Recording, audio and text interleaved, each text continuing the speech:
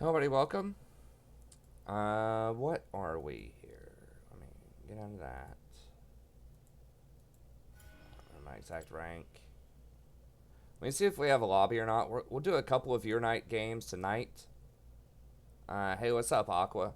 Couple of your night games tonight, and then we'll do some more ranked.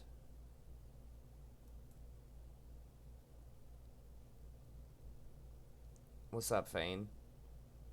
Okay, kind of had a rough night last night. I did win one game during the day today. I think I might have gone 1-1. I played a couple of games during the day while I was working on my syllabus.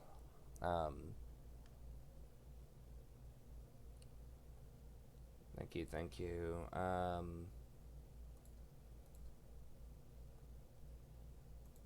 Okay, so that's out. Let's bring this over here. And then pop out the chat.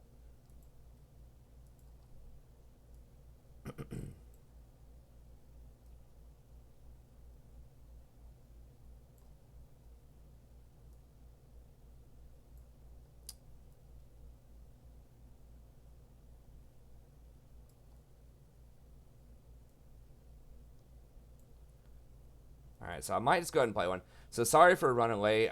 My alarm clock didn't go off again. I gotta figure out something, because school's starting back, and I definitely do not want to be late. So I'm probably gonna have to set, like, get my wife's old school clock radio alarm clock. So I don't know what's happening. Either I'm, like,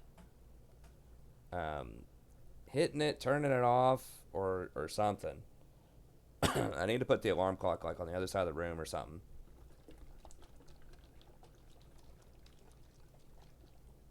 Oh, I did lose one earlier, yeah, because I remember thinking, why the hell am I playing this game with a first-time Jace halfway through? Yeah. Yasuo was actually doing okay. It's just like Jace...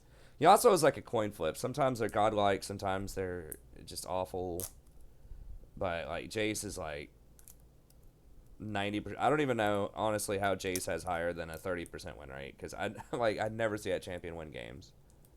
Both on my team or on the enemy team. He's so tempo reliant.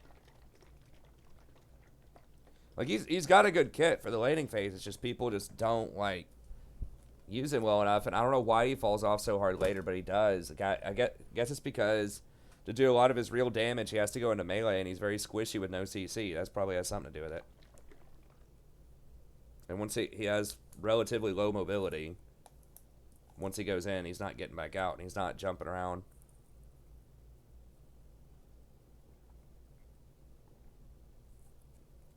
Nice, good job, Fane. Okay, it doesn't look like we have a lobby here.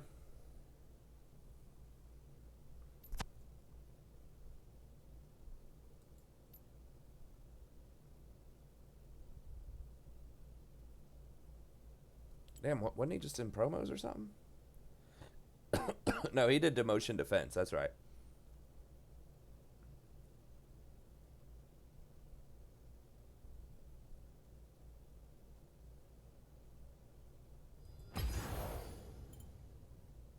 I don't know if he's duoed with his homegirl or what, but let's go ahead and play one.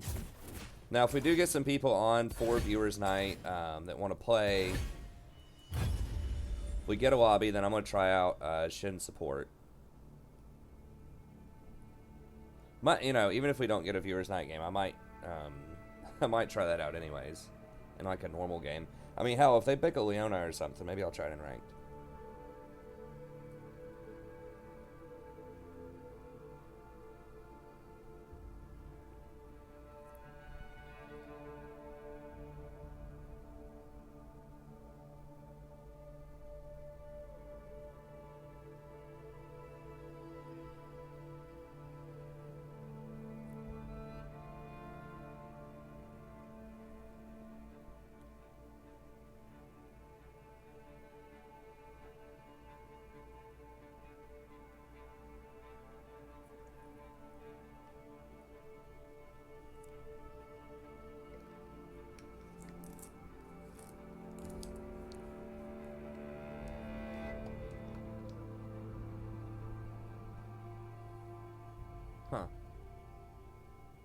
It is Sunday, yes. I mean, if we have a lobby, I'll play a normal. I didn't think we had a lobby, though. Because no one said anything for like 5 minutes while I was setting up there.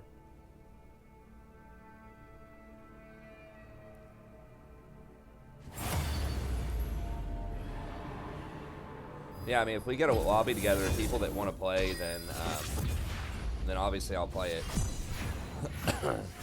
I just figured that maybe people were late to show up because I was late to show up. Yo, what's up, Juan?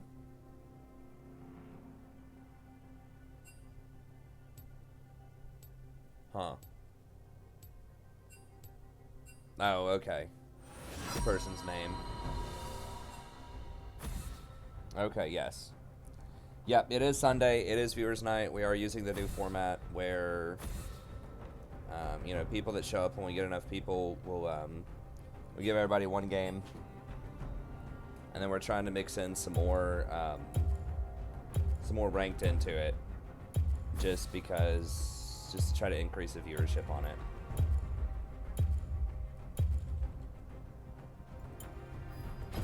Your worst decisions will haunt you. The shift to Shen is something that I predicted as like a specific counterpick to certain things, maybe. His Q got buffed, so he does like 20% more damage on his Q, pretty much. It went from like 4% max health per hit to 5%.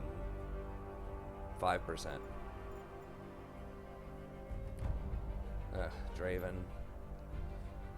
Draven's so frustrating to play against.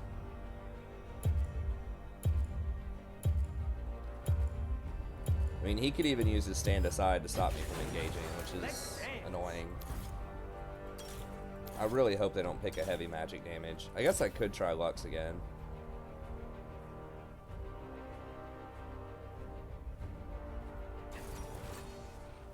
Well, it's not super heavy damage, but it's something.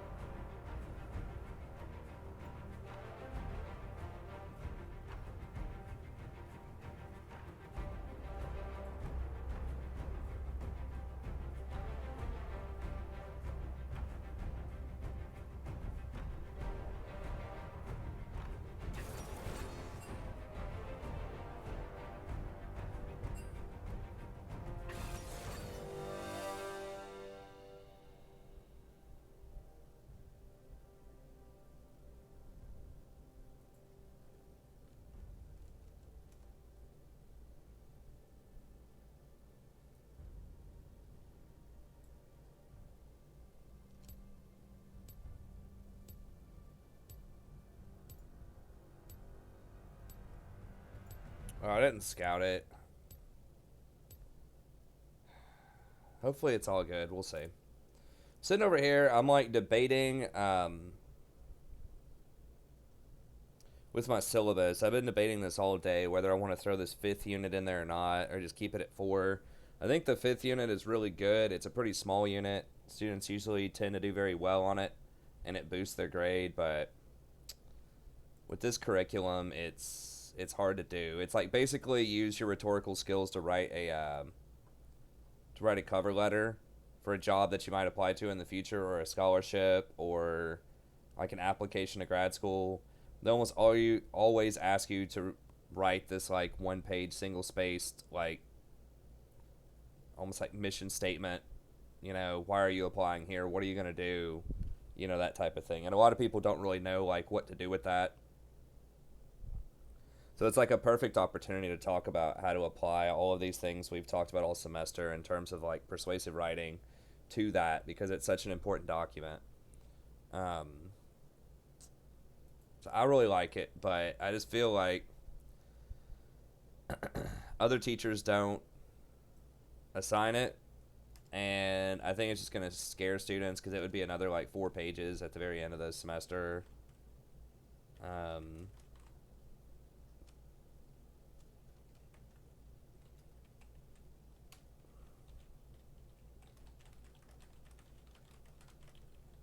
I guess I can just tell them about it without them having to actually write it. Yeah, I've gone back and forth about is there a way I could fit it in, and I just don't think I can. There's so much going on in the semester, and I just think they'll trip out on evals. They're like, oh, he's assigning us an extra paper, other classes don't. Because they all talk to each other, and it's like a standardized class. You know, if one set of, you know, this English class, it's, you know, most freshmen take this class, and so, you know, if this guy's buddy, his dorm mate, or his guy he knows from the gym or whatever is like, well, my teacher doesn't assign that, you know, that type of thing, then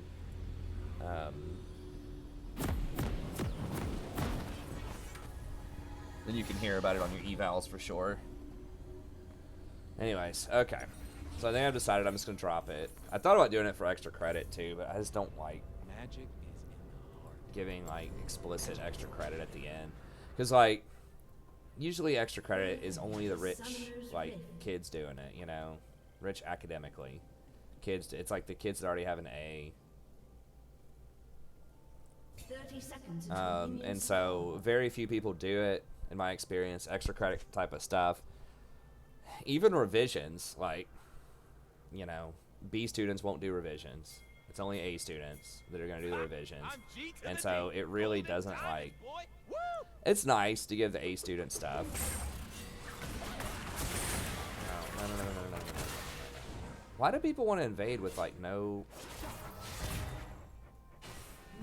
Like, late invade with no CC. I guess we have, like, me and Zerath, but, like, late invades are just almost bad.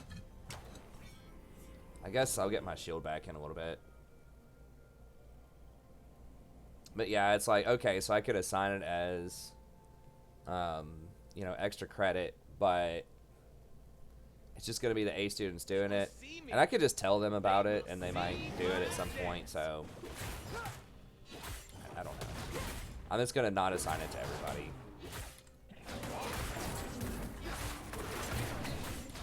I regretted kind of not assigning it last year in the fall because it was one of my favorites, but... How do I feel about translation of classic works of literature from other nations? So... That gets into, like, translation theory. I'm not super well versed in that, but...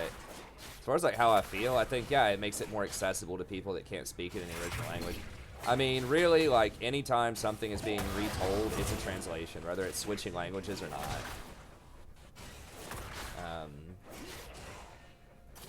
So I think, you know, my answer is probably just like, it's kind of like beauty's in the eye of the beholder sort of thing. I don't think translation is a word for word type of deal.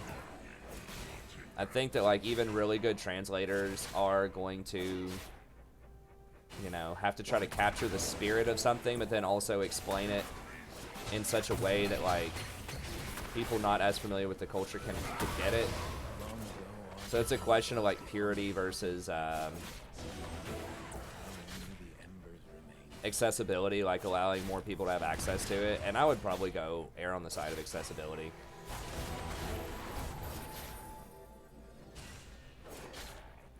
It's like the Tao Te Ching, for example, is translated. I mean, like the Bible's translated. You know, the Bible was originally written in Greek and Aramaic. You know, and how many people would be able to read that these days? Not a lot. So the fact that it was translated over to English was obviously very revolutionary, and a lot of people, you know, derive a lot out of that from English. Same thing with like Tao Te Ching. Pretty much anything. A lot of those ancient texts. I will dance. They will.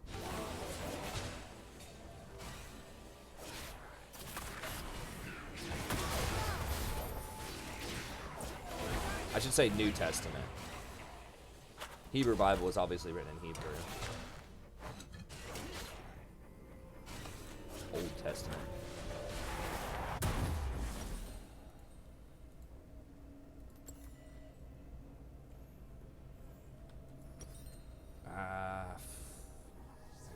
armor, I think. I really want to get boots first, but this, God, this lane's so brutal with Sona. It is actually a pretty nasty combo because Sona does such great poke and she's going to outscale me. And then Draven makes it really hard to engage on her. Yeah, you know, if the translation's good, it depends, you know, as with most things, it depends on context. But I think the concept of translating something can be really good.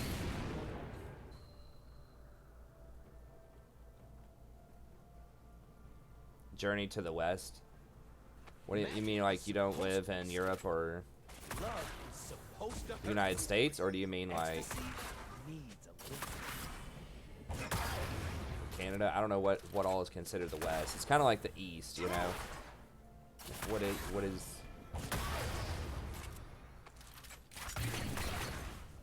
The concept of Asia in general just, like, drives me up the wall because people call Asia, like... It could be anything from, like... You know...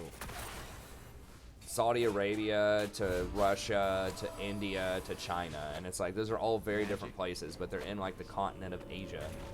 You know.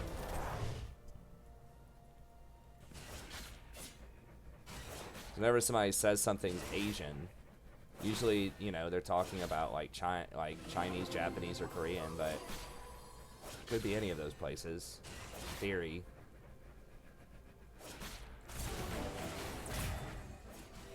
Oh, the Chinese classic literature journey to the... Okay.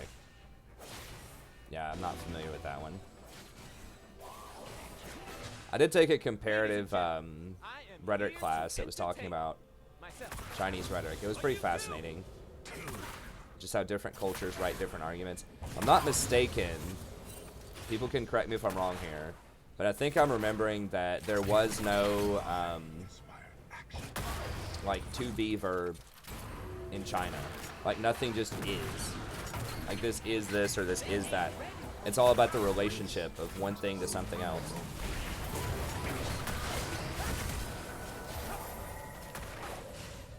So it's just like nothing exists in the abstract. So the concept of something being like just simply existing in isolation, it's like that type of argumentation didn't even exist, you know? That was pretty cool. It's kind of it's like if your language doesn't like have certain concepts in it, or like thinks about certain things in a different way, then that influences the way that you think and like the kinds of arguments you can make, and how you communicate with people, how you see yourself and your culture. If you weren't a little frightened, ain't a lie. It's all really cool.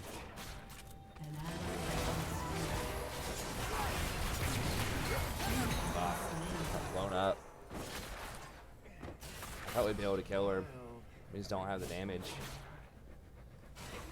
They're just OP as F. Look right. Who's right? Time to show it. Guess I maybe should have like potted up and waited on the pot. It's just like he's literally kills me in 3 shots. Like 80% of my health through, you know, 62 armor. Bought a cloth armor first, still deletes me. Pickaxe. If you can play Draven and you're not playing Draven in solo queue, you're doing it wrong. Hey Walno, I think I explained it if you watch the next episode.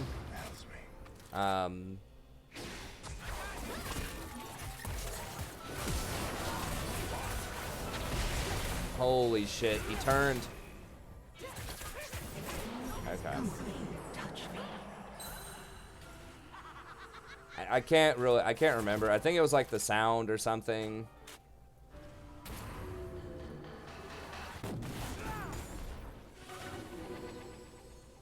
It's been several, like, I recorded that last week. I think it was like either the sound or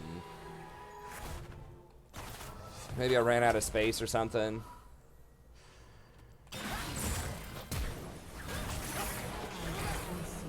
Wait, why is he here?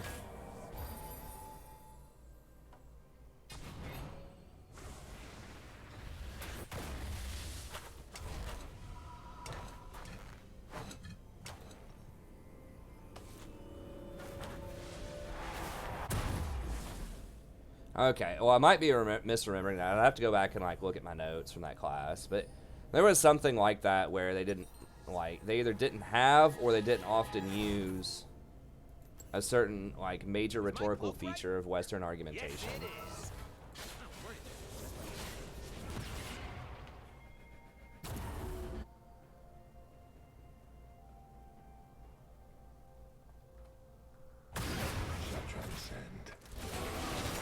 I didn't think it was strictly a Buddhist thing, but okay. Yeah, well, no, it was just a case of like some kind of technical difficulties I didn't notice. I think the sound wasn't on. I think my daughter had come in and like pressed the mic button or something, and I didn't notice. It was something like that. So yeah, I guess if you only watch like the battles or whatever, then you may not notice. They're scared of darkness. They're scared of magic. They are scared of where I'm from.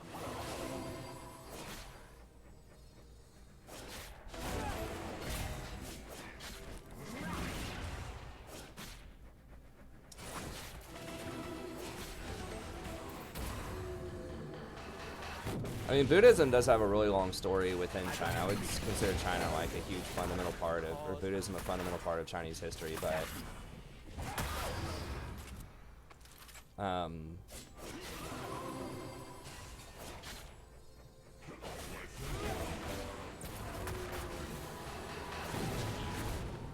but I didn't think it was just Buddhism. I'm gonna have to go back and see. Hey, what's up, Hassan? It's made a lot of videos, man. A lot of videos, a lot of guides. I have like over 3,000 videos on the channel. I was getting about 1 subscriber a month, or 1 subscriber a day for the first 4 months or something. We used to, this is actually kind of a downtime now. We used to have much higher.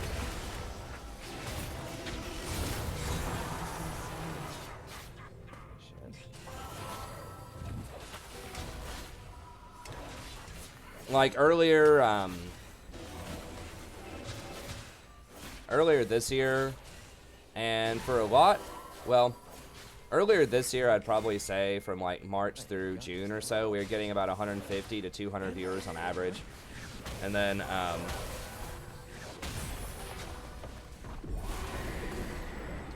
last year, around last spring, we were getting about the same thing. Like the first part of last year, and even into like fall of 2017, we were getting about that much. And then League kind of took a PR hit last year with how they tried to rebalance ADCs. And they changed their algorithm, which kind of hurt our numbers a little bit. And then I think they changed their algorithm again this year, which hurt a little bit. And there's wildness in the bees and the flowers. Also, like in July, I experimented with trying out Twitch, and that obviously hurt the numbers quite a bit on YouTube. And we just didn't pull the numbers on Twitch.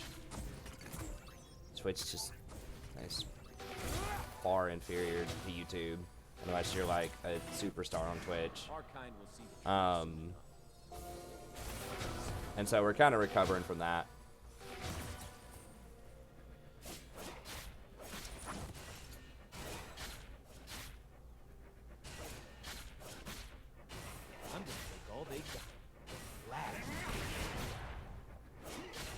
Yeah, rhetoric is not really a literary form. It's just, it's how people create an argument. So, I mean, there's rhetoric in, like, literary works, too. We gonna, okay, yeah.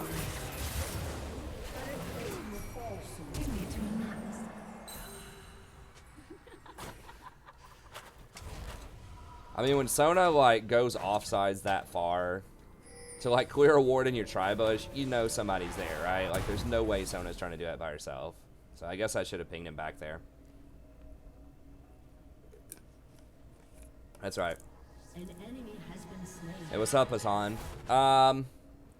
That's what I would recommend. I mean, it depends on what your goal are as your goal is as a content creator.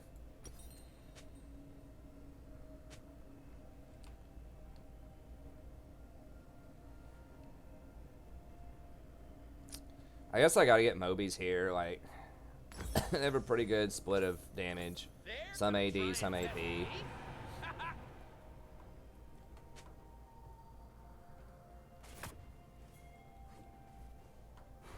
Yeah. I mean, technically, we should have been able to win this lane. I'm pretty sure. Like, I knocked up that Sona like 3 times in that one sequence. We had plenty of chances to kill her. Jhin just didn't optimize, I think. I mean, I tried too hard and got killed that one time.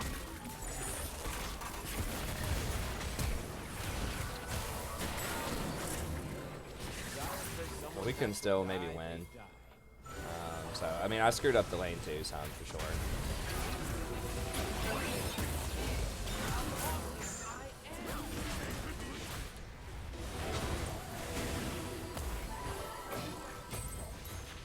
But yeah, I mean, I think YouTube is the superior platform, especially if you're a smaller streamer. Like, I think honestly, if you're under like 500 viewers or something, I mean, Twitch, it's just like, it's so hard to get discovered on Twitch. Basically, if you're not a partner on Twitch, I don't think it's worth it. Like, I think that's what it comes down to.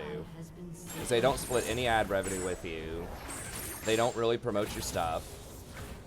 You're just gonna be sitting there with like 10 viewers or less, kind of forever, unless you like get really well known from some other source, right? Like you blow up on Reddit, or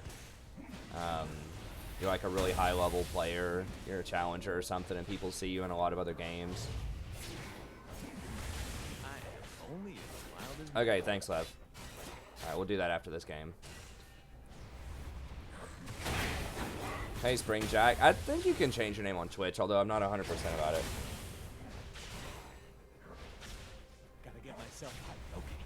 I mean, Twitch does have some cool stuff. Like, it has some nice features about it. You know, the emotes are fun. You know, it's got its raid system. It's kind of ironic because, like, more people watch Twitch for gaming than watch YouTube. But Twitch just doesn't take care of its affiliates, who are most of the people that generate most of the views, so...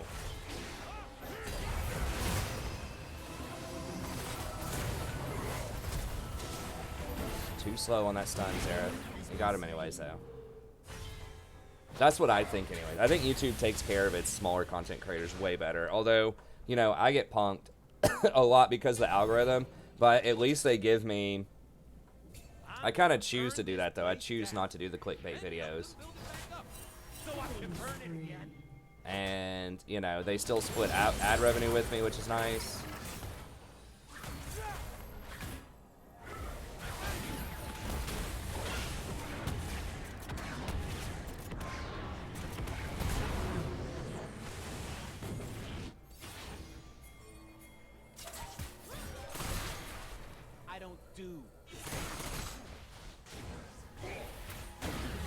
I'm kind of low, man. I don't know if I want to play with that guy. Kiana looked like she didn't want to. I don't know. Twitch is okay. It's just...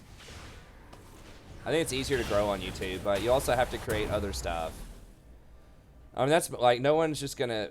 Probably most people are not just going to come to your stream out of nowhere, right? Like, just... They're not just going to be looking for some good, like, League of Legends streaming on YouTube and just show up and watch somebody who's got like 1 viewer, you know?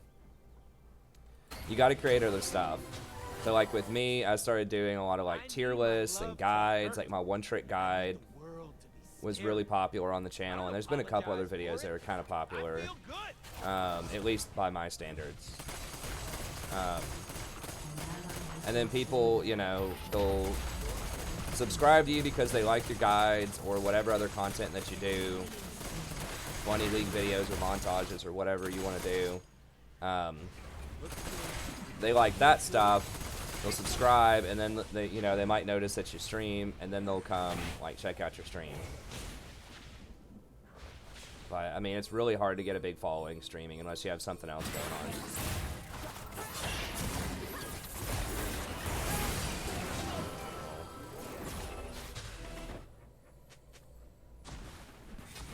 Should have just flashed.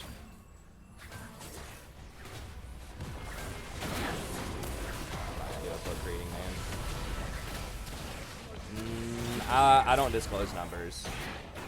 What I make. It's not a lot.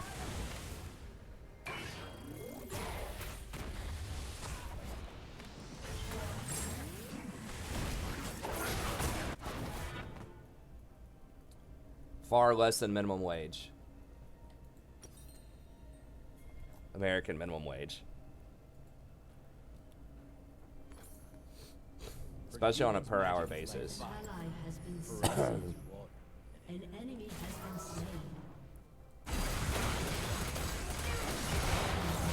Oof. An ally has been slain. Draven got him, I guess. Enemy rampage. They ain't seen moves like mine.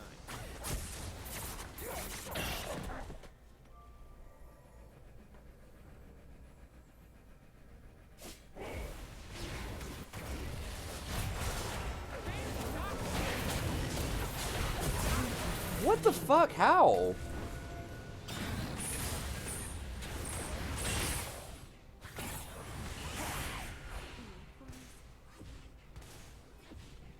Like 700 damage without her ult off of like 2 spells?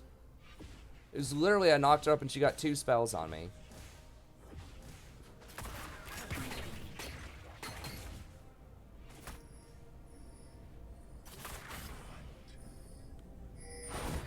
I don't get it.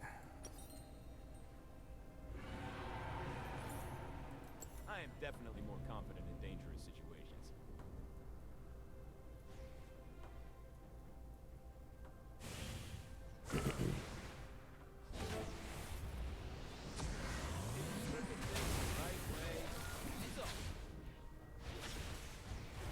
I wouldn't really get into it expecting to make a lot of money on streaming. It's just because you know, it needs to be just because you like, you know, the content or whatever. I think that's that's what pretty much every YouTuber says. If you're trying to do it just for the money, like from the start, you know, it's going to be really difficult.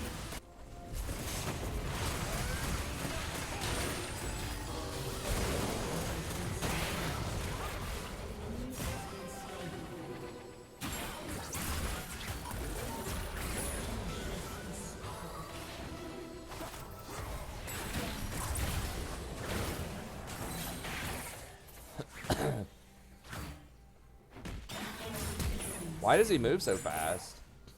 Like, I know he's got his passive, but like, how long is that active? Like, he was just chasing me with like an extra 200 move speed for like 10 seconds. Your turret has been destroyed. Zaya! Hey! That's what it felt like. I hate it when she... I mean, I've got 50 MR. It reduces it by 33%. It's not nothing.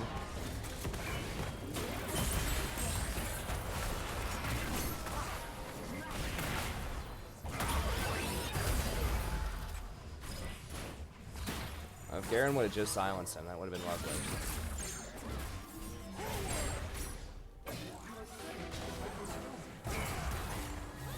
Raven's just like 1v2 and over here. Ain't nothing I say should be taken seriously. That's why it's the truth.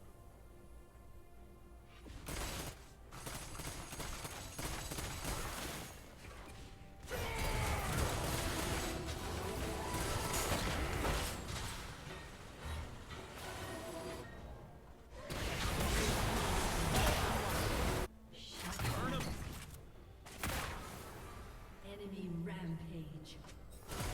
It's like literally wherever I'm not, people die. Like, I'm just running back and forth.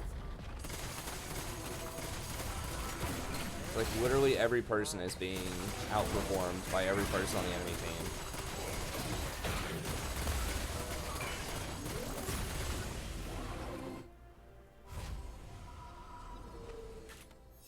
I guess Zerat's kind of hanging in there.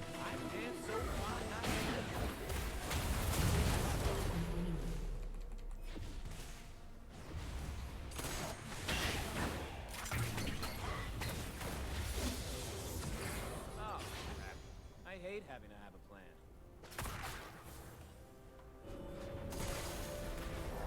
God, we're gonna lose to Archangel Rush, Shen, Sona. That would happen. Name one genius that ain't crazy.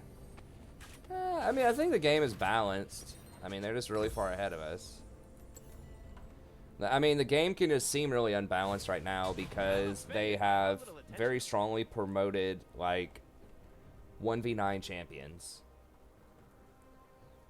And so basically, like, you have a chance. So many champions have a chance to 1v9 carry right now.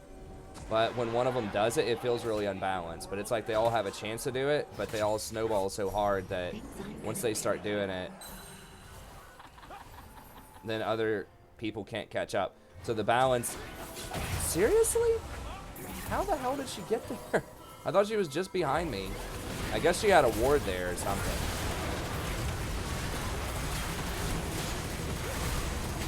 So, like, the balance comes from, like, you have opportunities to not let them get to that point, but once they get to a certain point, then you can't really stop them. So there's just not enough, there's, like, too much snowball and not enough comeback mechanics, I think, in the game. Like, they've tried to give more comeback mechanics with, like, the streak system. They've tried to increase streaks and stuff like that.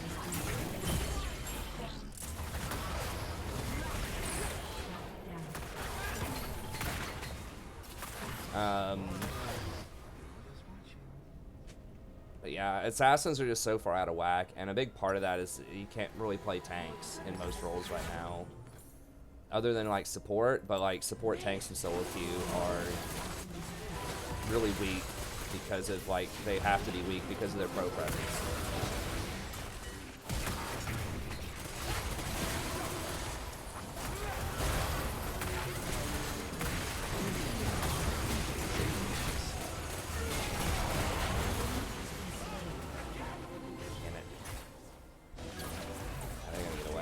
That was a waste. I thought more of them were going to try to turn with Urgot.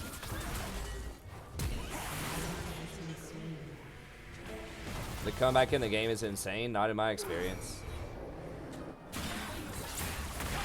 Feels like there's a lot of games where it's one person who, like, hard 1v9 carries. I think it's really hard to come back from that right now. I think the game's very early game, very snowball based.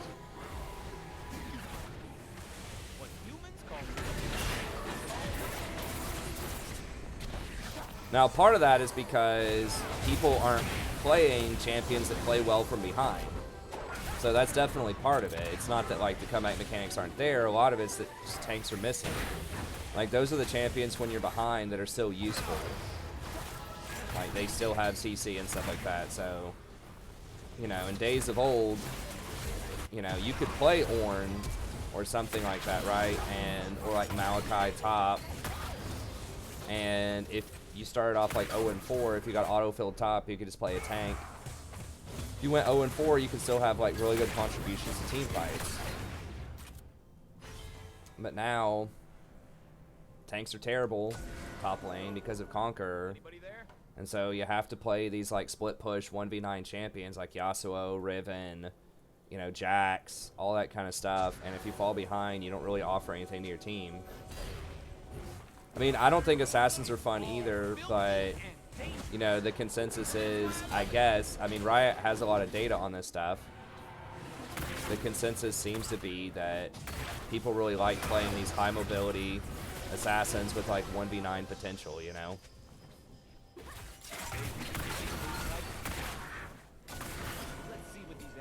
Everybody wants to 1v9, which is, like, super toxic.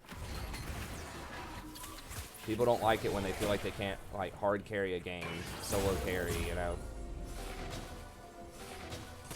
I do not wish to kill the mortals. I want them to hear the music. That's exactly right, Tony. And that's what makes the game feel like it's unfair at times, because it's so hard to come back, because, you know, most of the people on your team are going to be terrible when they're behind. They will remember my name.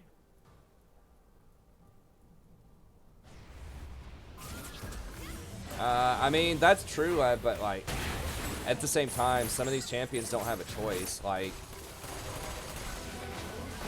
sometimes you just can't chill and farm it out, you know, if you're these types of champions. Can I get out? No, I'm dead. Yeah, nobody's. They're all getting zoned off by Echo.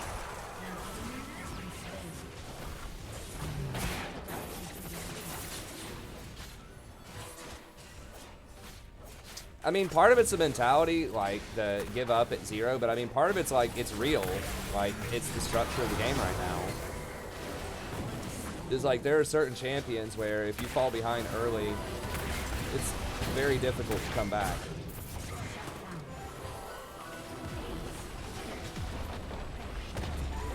I think they need to bring tanks back. At least some of them, like in jungle and top. But every time they show up, they just don't like that. I mean, they want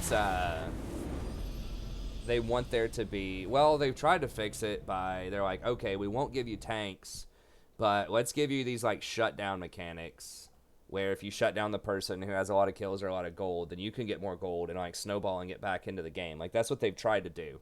So they've tried to say, okay, no tanks, no Ornn top, no Maokai top, but if you kill that Kiana who's 5-0, we'll give you an extra 100 gold bounty over what we used to give you, or something like that.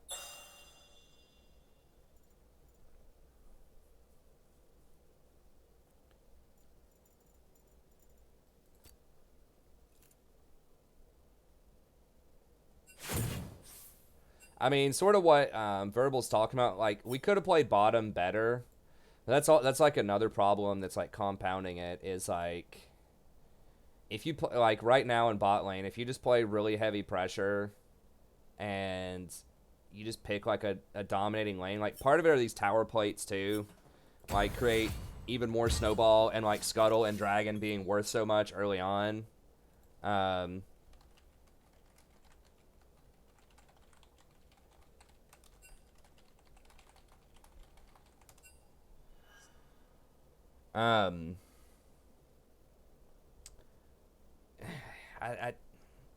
I was like kind of on the fence about tower plating.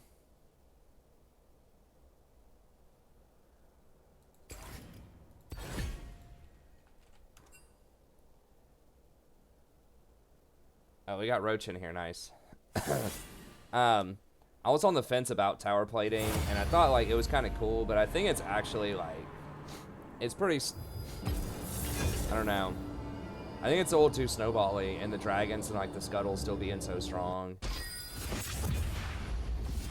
It's basically like what they had there. If you have something like a Draven plus Zyra, Draven plus Xerath, Draven plus Sona, you know, or whatever, like heavy pressure lane, and you just like perma push in, and your jungler doesn't come down to camp for you, then you're gonna fall so far behind. It feels like that's even more so than in the past.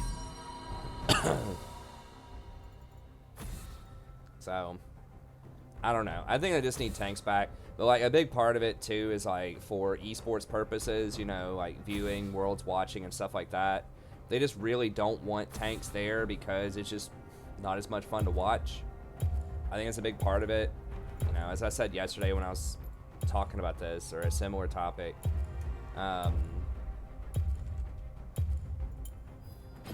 you know, it's like, what would most people want to watch at Worlds? You know, like Maokai versus Ornn top lane, or they rather see like, you know, Akali versus Riven top lane, or something like that. You know, it's just people just think that tanks are boring to play, tanks are boring to watch. I think it's the mentality of like a large amount of the league community. At least like assassins are annoying, like, and tanks are annoying to play against, right? So it's just like you need tanks for balance, but people just don't like it. Versus like assassins, people hate playing against assassins a lot of times, but a lot of people also like playing assassins. They like the idea that they can 1v9 carry their dumb teammates. Like all their favorite YouTubers and streamers do when they make their Smurf accounts and their challengers versus silvers and go like, you know, 25-1. So that's kind of the thing, is that like assassins are just like high mobility, high damage, squishy champions. Are more fun to watch. They're more fun to play. They're still annoying to play against, but that's just how it goes. I mean, just look at like the outrage that people had about the Ardent Sensor meta in 2017 versus like any assassin meta ever. Like everybody gets one shot by the assassins. Like people get way more outraged when there's like a Janna that's topping the charts than when there's like, you know, an Irelia that's overpowered. People just get way more bent out of shape over that. Okay, I mean... And Janna's not, like, like, the enchanters are not tanks, obviously, but they're kind of like the same type of thing, right? Utility champion with a lot of CC that it's generally thought can't really 1v9.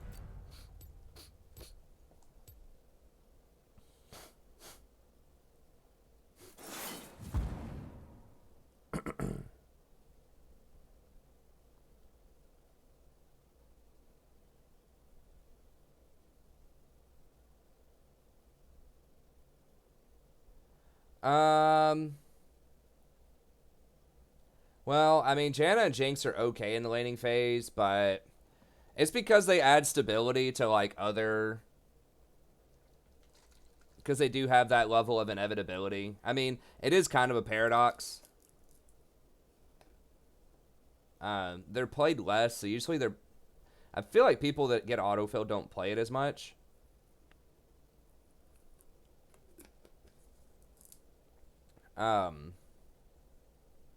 But I mean, Jinx does have the smash and snowball sort of thing about her.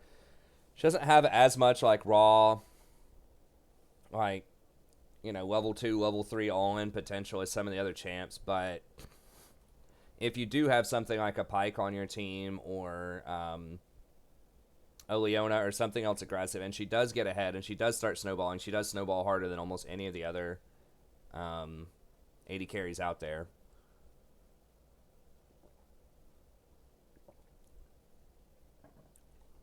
As far as Janna goes, a lot of Jannas these days are actually like the one-trick Jannas. People that get autofilled don't play Janna that much anymore. I think. I don't have hard data for that, but... and Janna does provide protection for Jinx, who can be really strong.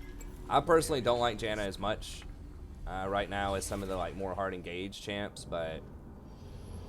I mean, you do make a good point that that is really weird. I'm just telling you anecdotally from what I've seen, the stuff that's like the scariest that does the best are the crush lane type of champs a lot of times. I mean, Rakan's not really a crush lane either. He's sort of a similar thing where he brings a lot of utility that your team often lacks. Like he has engage, he has shielding, he has peel. But he can make a play in the laning phase. Versus Janna, I think the most popular build on Janna is still like get 3 points in W and Comet, and so you're like this oppressive sort of poker in the laning phase, especially against melees, and then you scale pretty hard for later. What do I think about 6 Nobles, Janna? I don't know. I haven't honestly played TFT in probably a couple of weeks.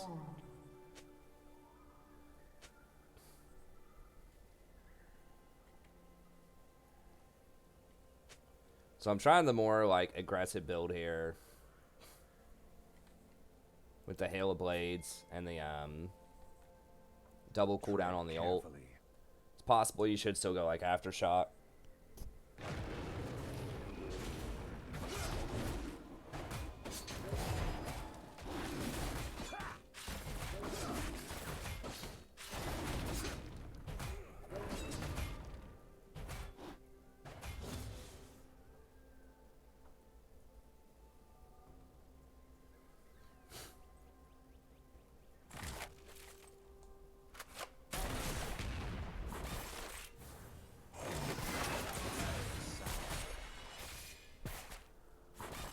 You have to wait for level 2, and then I can try to all-in this Nami level 2.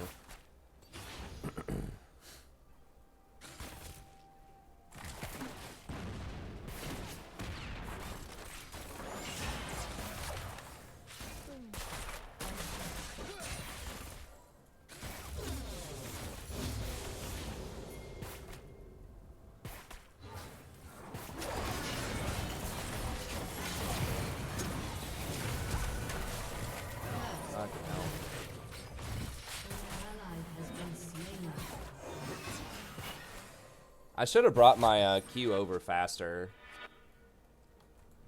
I forgot to do that. My Q was still like at freaking the fountain or red buff or something. So I should have pressed Q earlier to bring my Q closer. Like that. So it took way too long. I lost like 2 or 3 autos worth of attack speed. And then I got hit. If I would have flashed the bubble too, I think we could have gotten the kill there.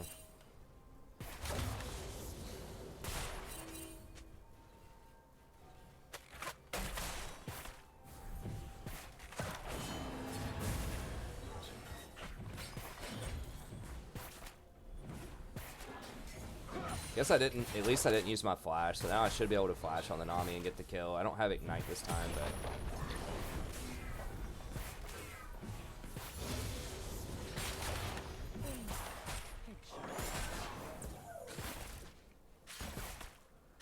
Press on. I don't know if I'm able to get her or not.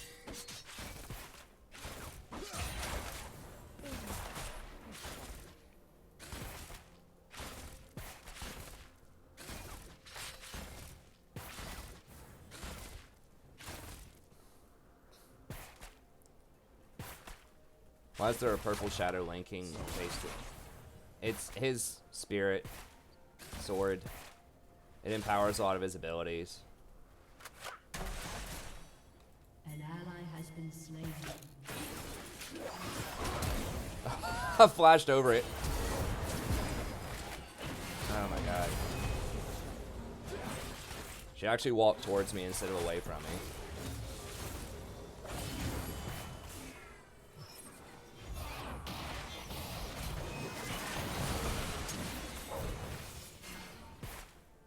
I would have just hit her normally. I didn't even need to flash.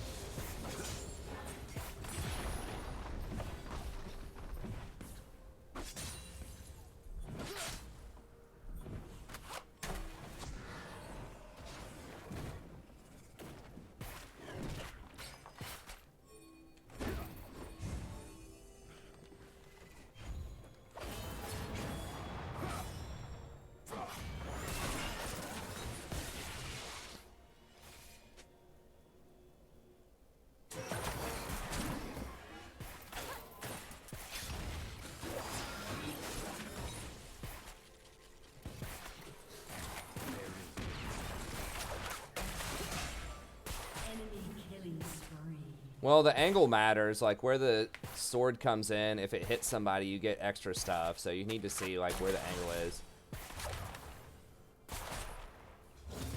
An enemy has been slain. Hey, thanks Baron Wolf, congrats buddy.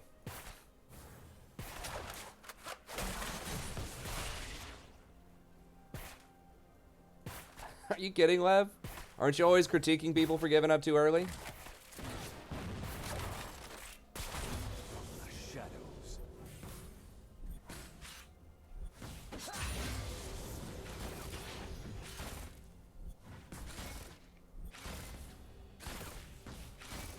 Hey, what's up, Fane? Congrats, man.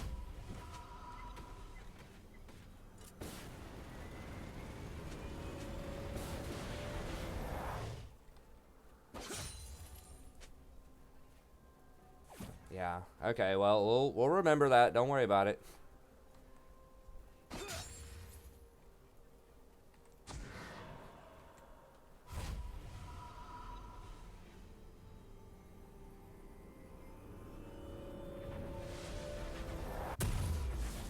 ally has been slain. Without a I sound. guess we'll go boots here.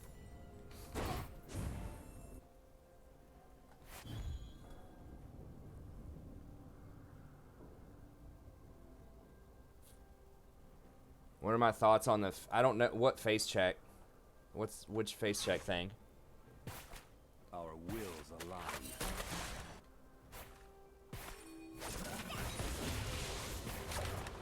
Oh my, we have 19 CS.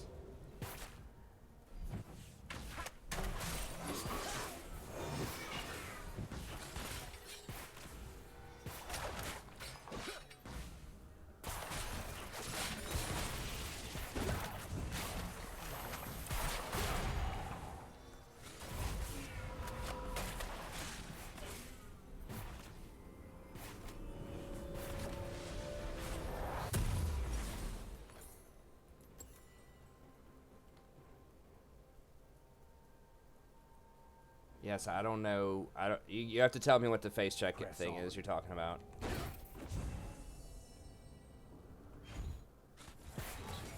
I don't know. I guess I don't have an opinion on it because I don't know what it is. I'm not sure what it's supposed to do.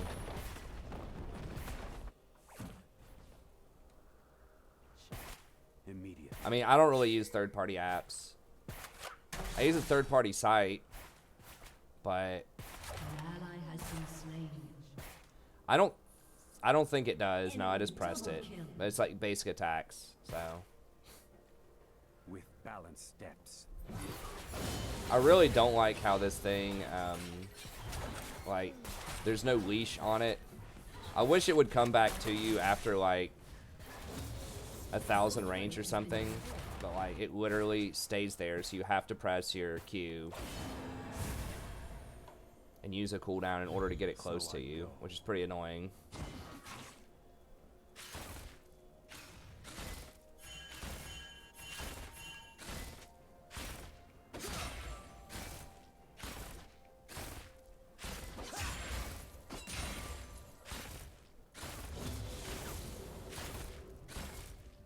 Hey, what's up, Thought Patrol?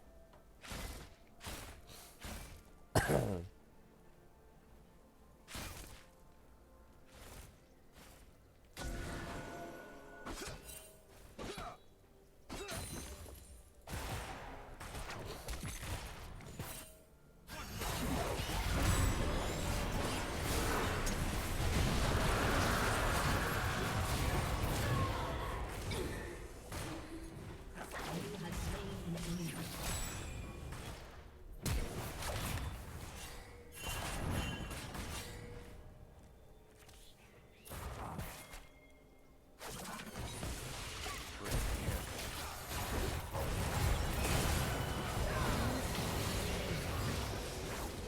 Enemy killing spree. Yeah, probably it needs to at least need to go Aftershock instead of Hail Blades. There is no dispute. Yeah, Nami is really good right now. Sure. I mean, maybe I should be trying more Nami out again.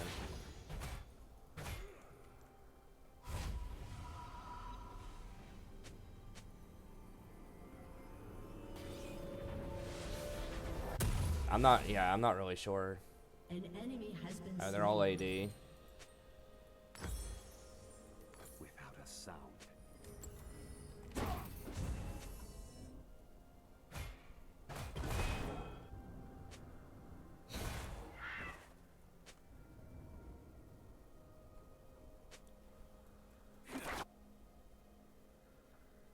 Our wills align.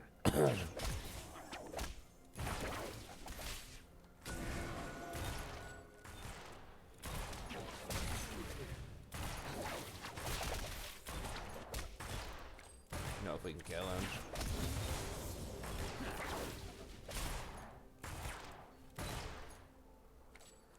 An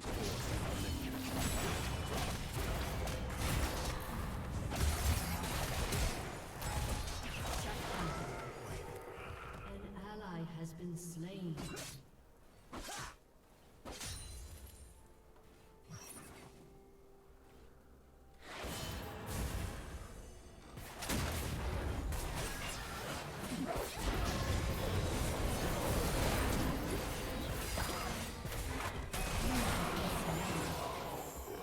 Enemy double kill.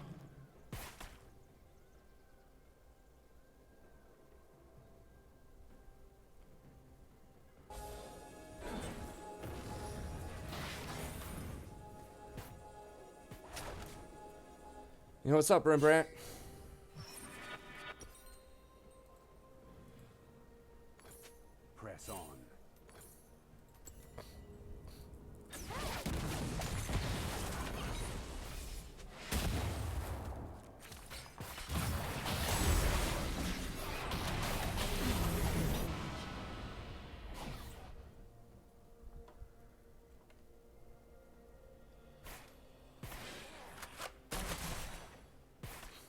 From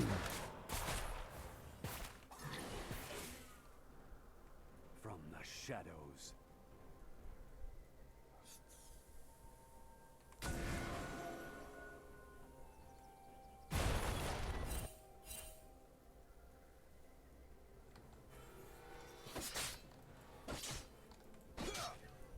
Turret plating will fall soon.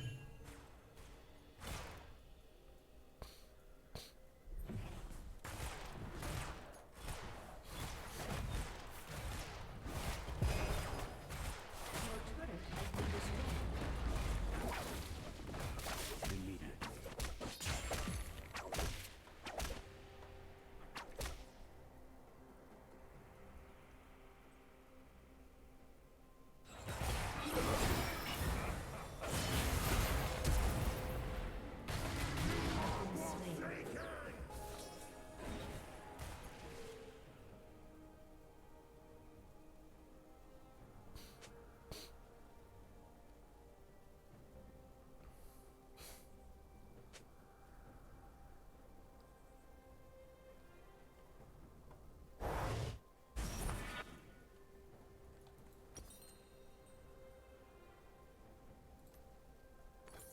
So Yeah, I don't know about old Shen support.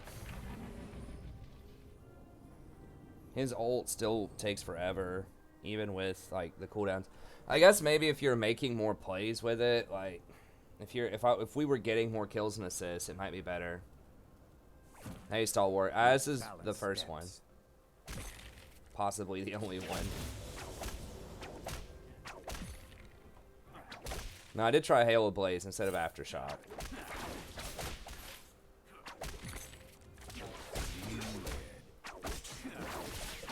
I still think we should have been able to win that all-in early on. I did miss a flash.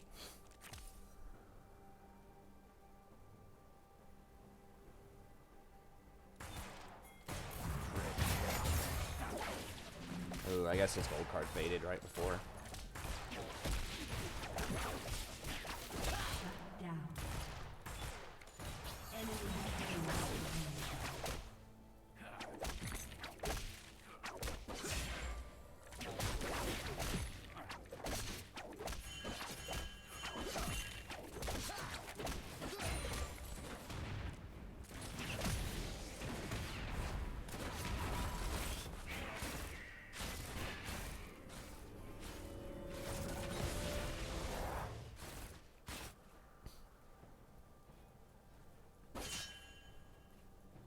An ally has been slain.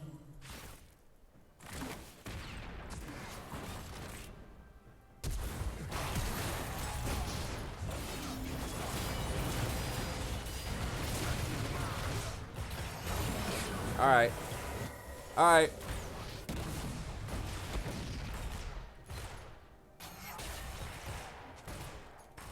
Yeah, is...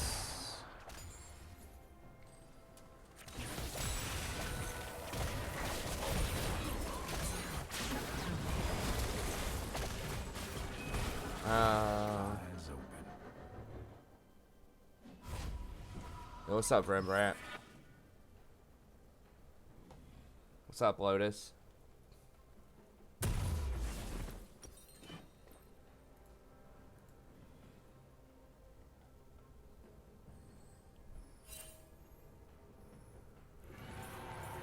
sound.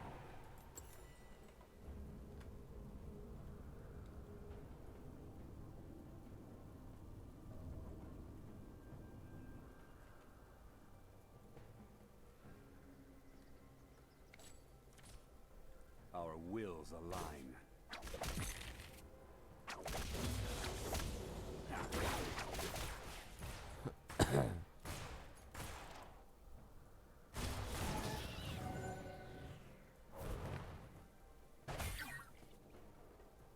There is no dispute.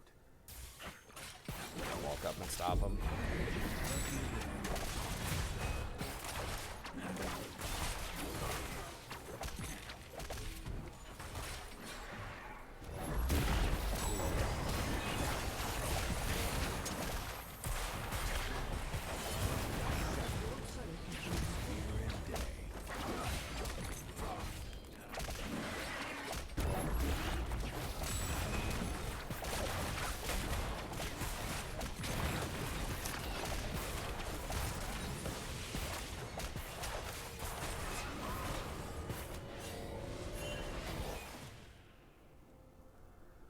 immediately.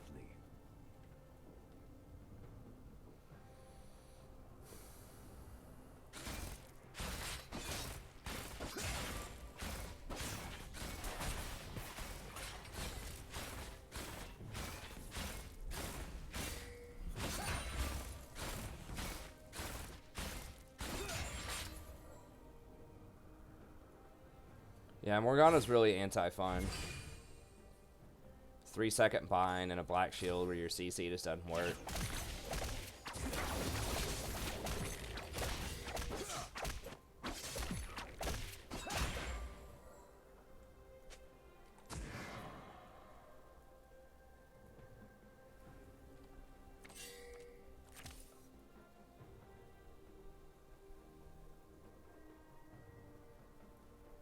So I go.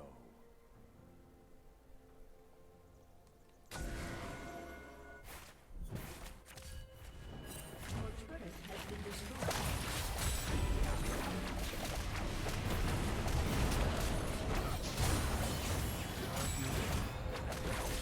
Has been slain.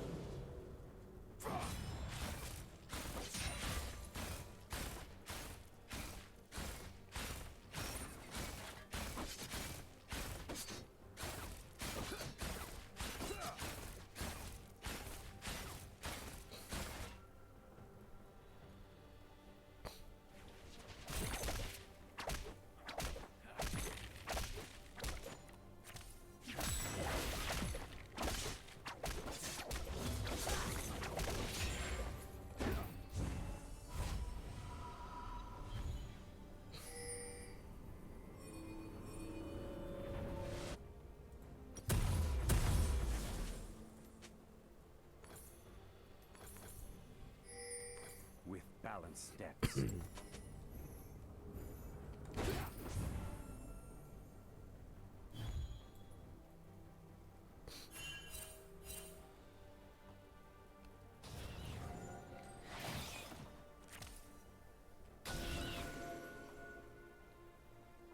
Press on. An ally has been slain.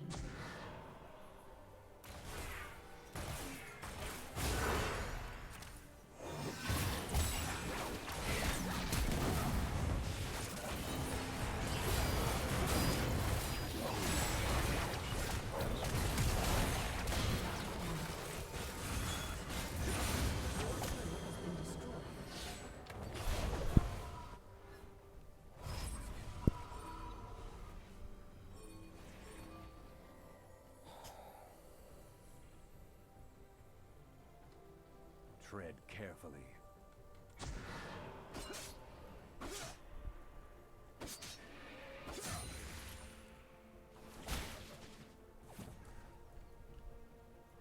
How's Lev CS? She's down 50. Has destroyed a turret.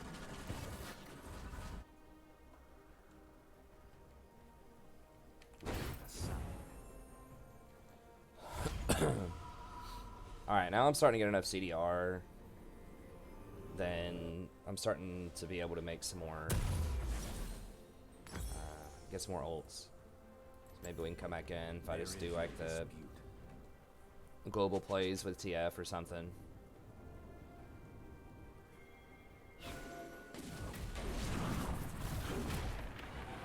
Well, I screwed him up earlier. You probably do need to go Aftershock with him. Like, I wanted to try out, like, Ulti Hunter plus Presence of Mind. So I went for, like, a more aggressive kind of build, but... I did screw up by getting bubbled at level 2. So if I hadn't gotten bubbled, I think, you know, he could have had a much better chance. From the shadows.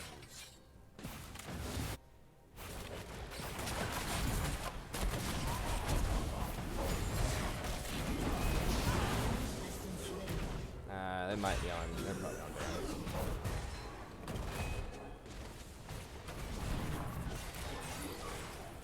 Okay, they're not.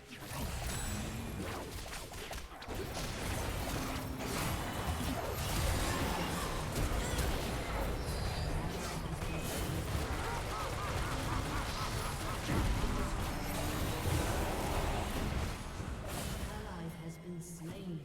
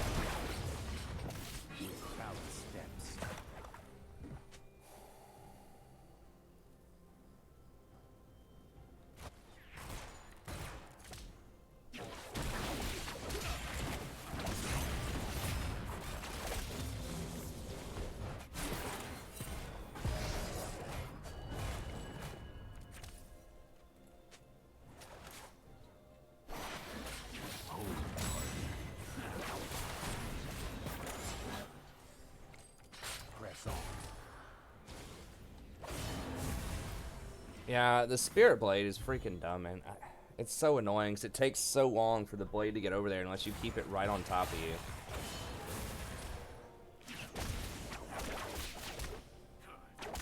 I think the blade should just almost always be on top of you. I guess it adds some geometry to, like, some considerations, but... Your team has destroyed a turret.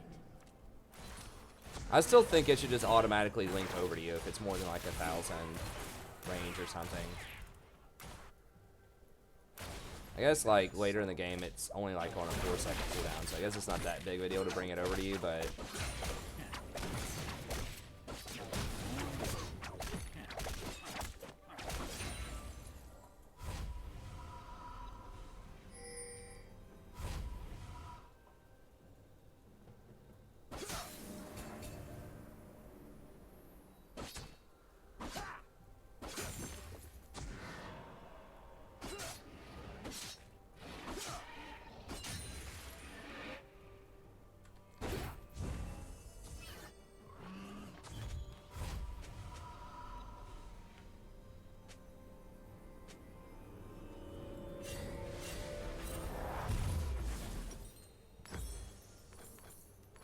There is no dispute.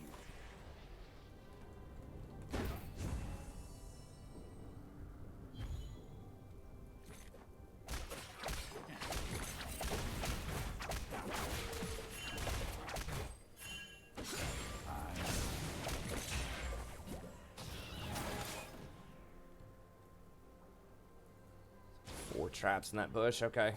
Alright.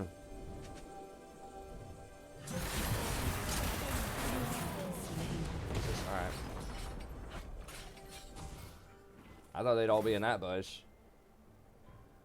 She had 4 traps there and like 12 traps here.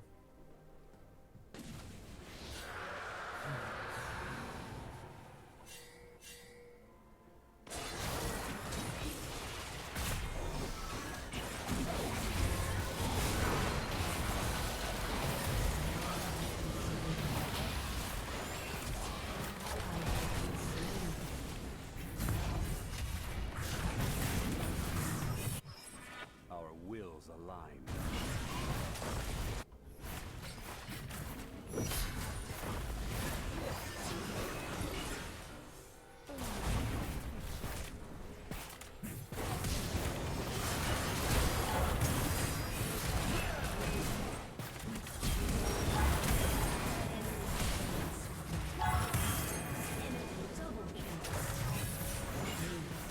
Damn.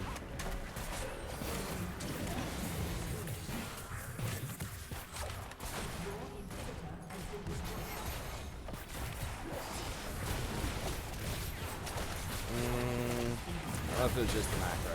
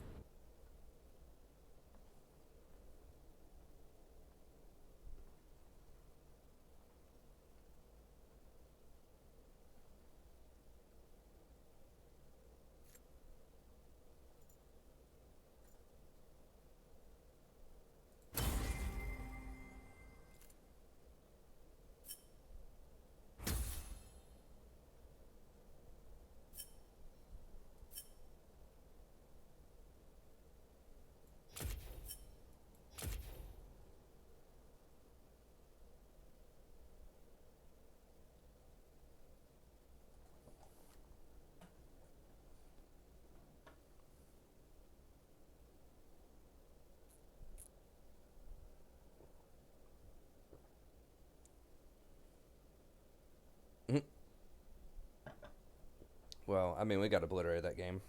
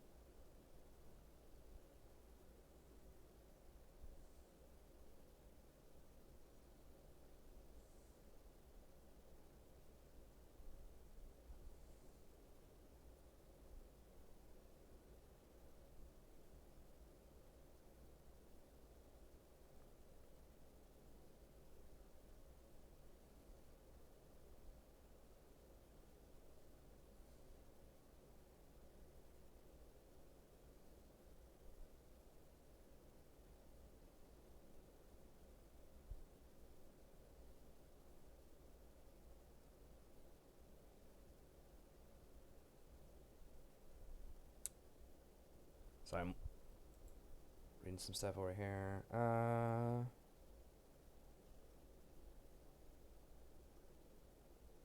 That's fine, love.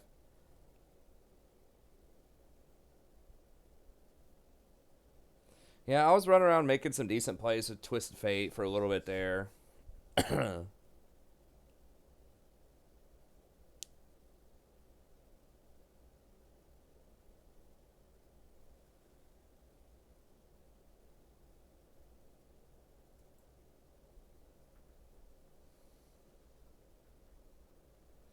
Do we have another lobby or should I play some ranked?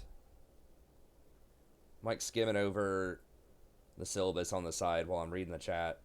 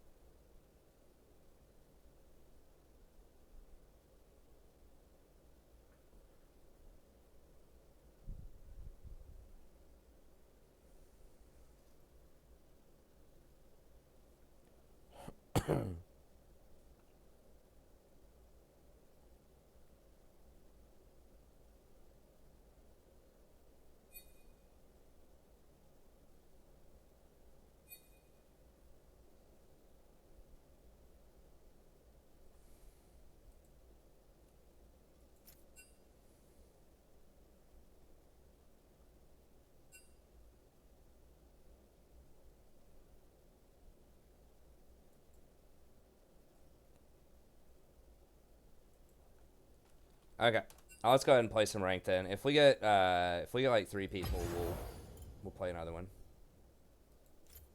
I know I got started a little late, so I'm not sure.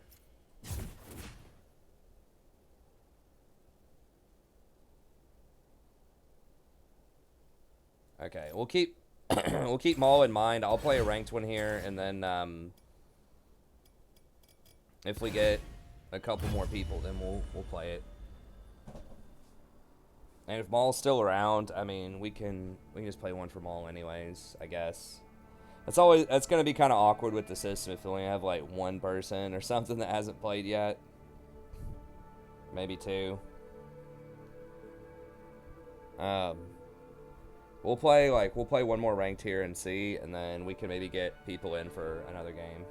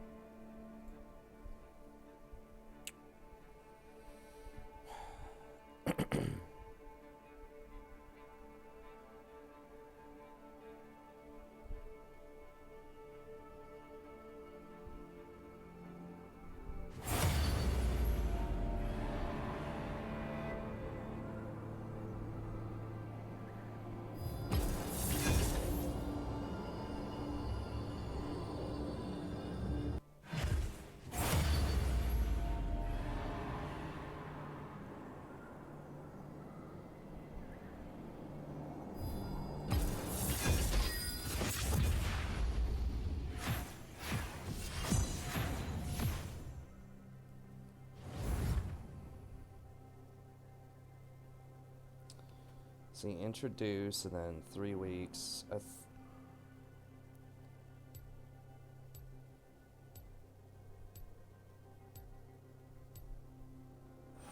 should be fine, right? Yeah, sorry. I'm thinking about the timing on this this assignment. It's kind of tricky.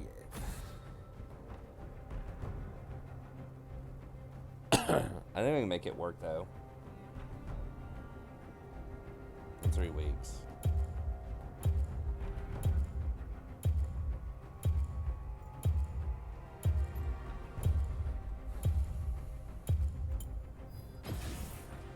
Your worst decisions will haunt you.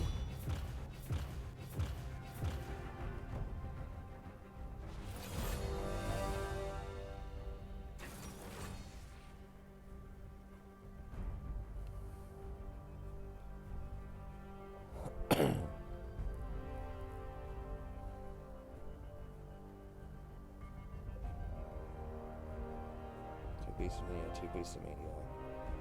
Talk about it, workshop it.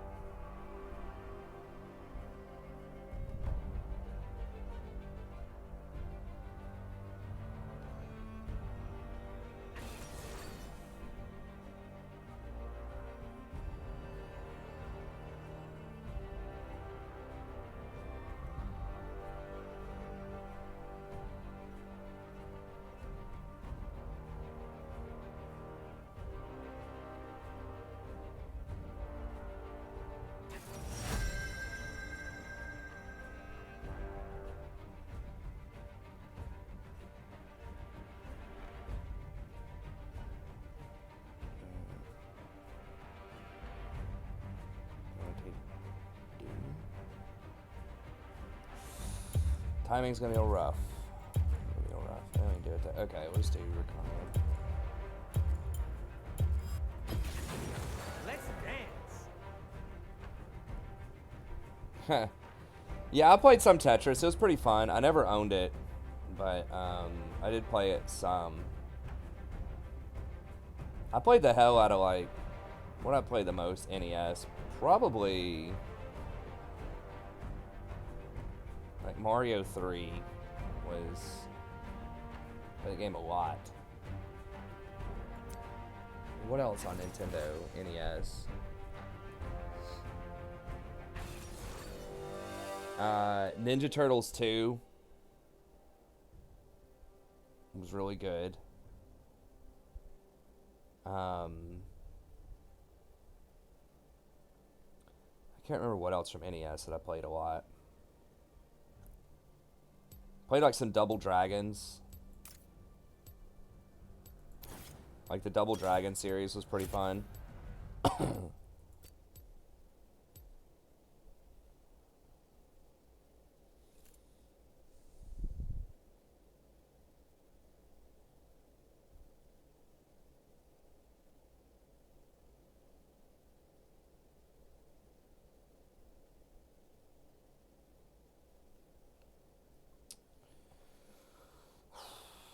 Why do students get a fall break, man? There ain't no time for breaks.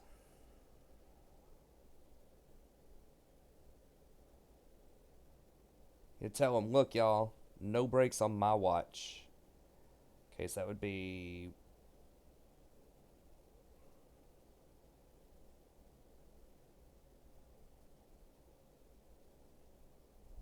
Okay, so we introduce research argumentation here. No. Here.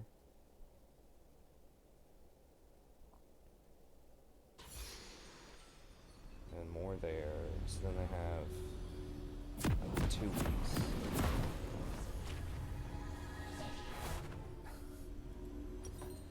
God, they just like the curriculum, they try to cram so much in. Like this first class especially is tough. I mean, I guess there's only 4 total units, but there's like I think 15 weeks, 15 or 16 weeks. So it's like you, but it basically feels like with all the breaks and crap that they get, 30 seconds until minions spawn. it feels like it's really like you have 3 weeks for a unit. Oh my god. Okay, well he got out, I guess, with Flash.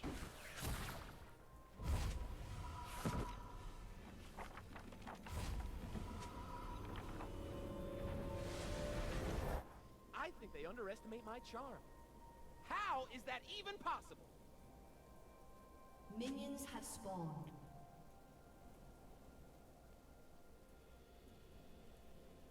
I mean, Lev, you were also down. I mean, I don't want to go into like blame game stuff, but I think everybody screwed a lot of stuff down. Screwed a lot of stuff up in that game, man. We have no children. We have no future. Well, you were also wanting to FF, Lev, at like 6 minutes. Or 4 minutes or whatever.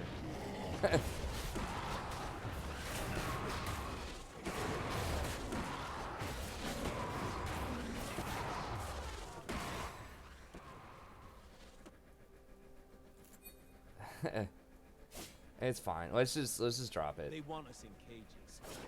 We refuse.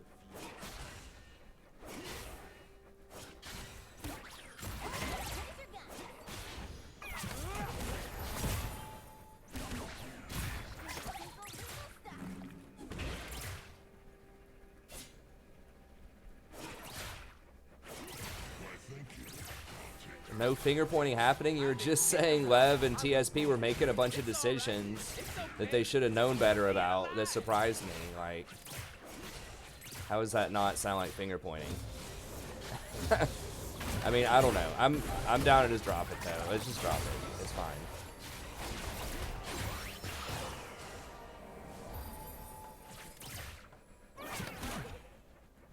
Yeah, you were 0-0, but you were also down 50 CS, man. Like, I can be 0-0 too if I like AFK at the tower.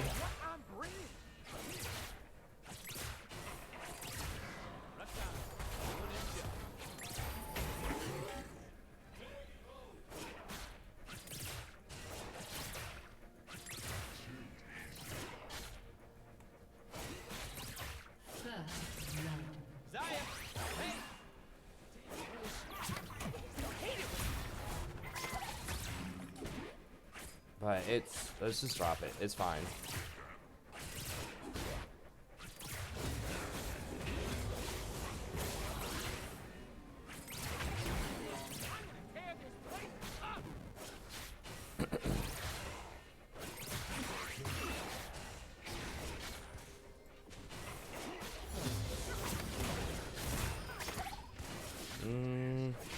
I could try to flash on it there, but and that's why I love it.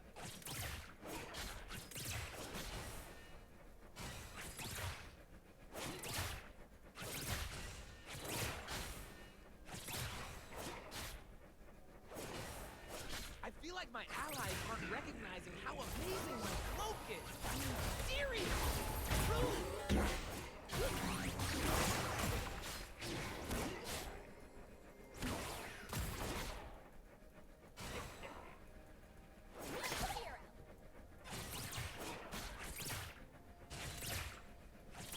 I'm gonna burn this place down, then help them build it back up, so I can burn it again.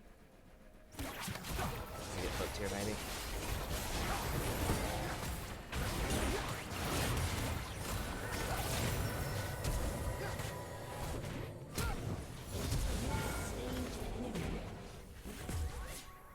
That was close.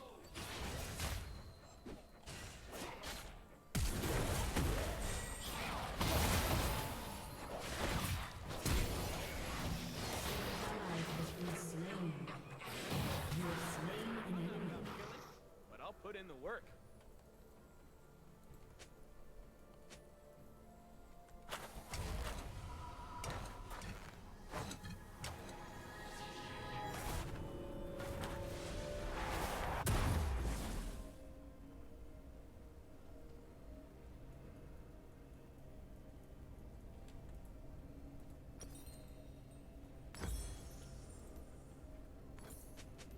If you aren't a little frightened, you ain't alive. An enemy has been slain.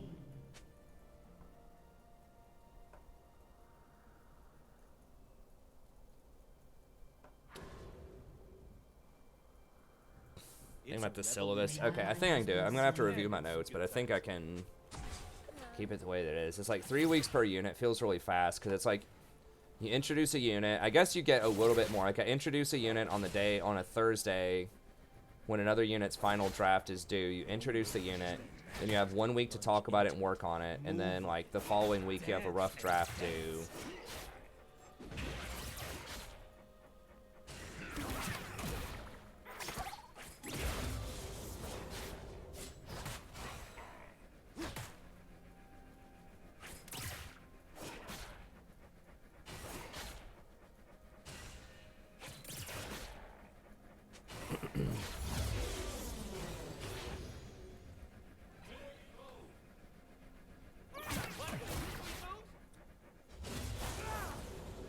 I guess that's enough time for most units. How's the dissertation? It's not coming along. I'm gonna do some. I'm gonna start some next week on it. I'll just put that.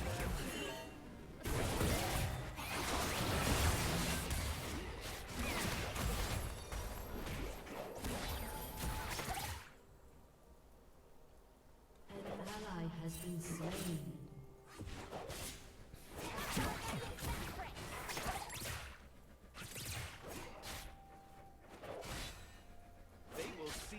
death.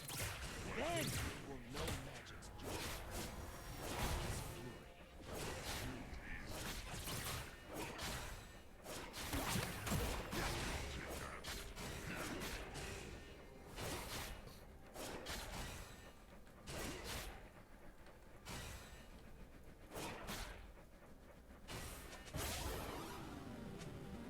I can't die looking this good.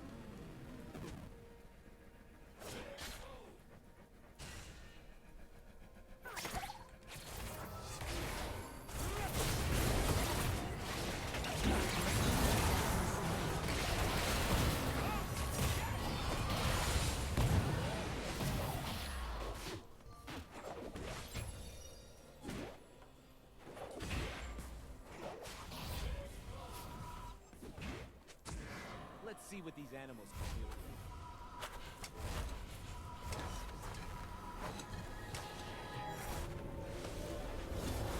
An enemy has been slain.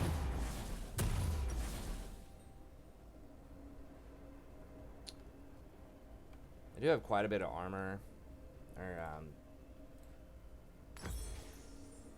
AD on their team, so I guess I'm gonna have to go with Tabby. I hate doing it. Love is supposed to I'd rather go with, ecstasy. you know, obviously Mobies, but they've got Irelia, Jinx, of course, and Kha'Zix. I mean, Irelia does a lot of true damage, but a lot of her damage is physical also.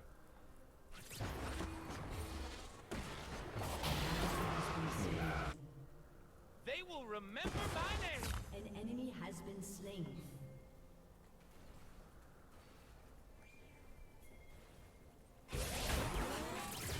Shut down.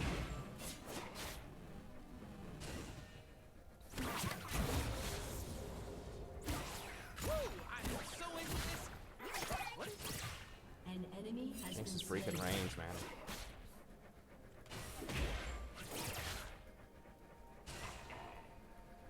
Shut down. I could get hooked on her towers. That's be pretty I devastating. dance because I'm free. It's pushing towards us.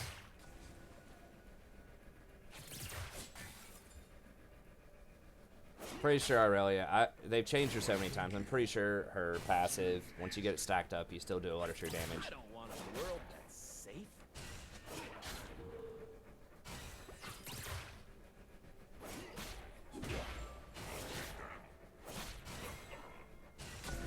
Everyone needs something.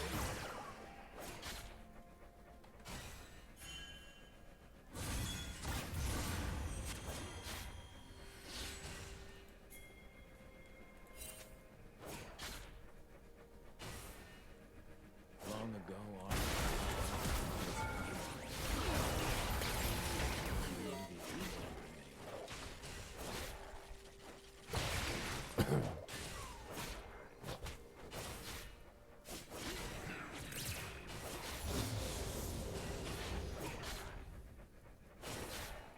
I'm gonna live forever.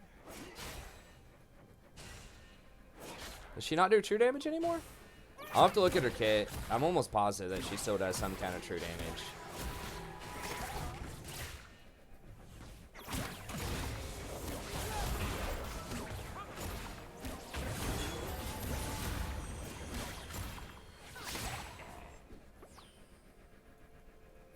She doesn't do true damage when she fully stacks her passive. It doesn't do true damage.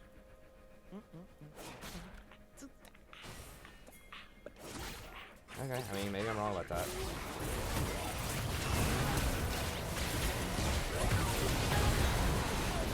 Jesus.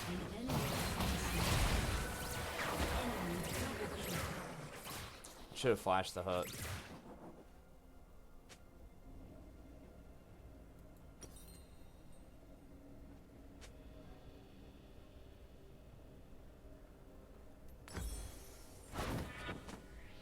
Okay, well, I'm gonna have to look it up and see. I mean, she still has Conquer, which translates over to true damage eventually. Maybe they took that out of her kit a while ago.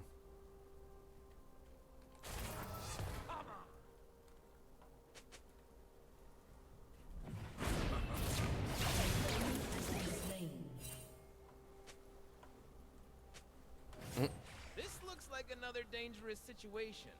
Thankfully, I can improvise. Deleted her before he even took one, not even one tower shot. That's pretty funny.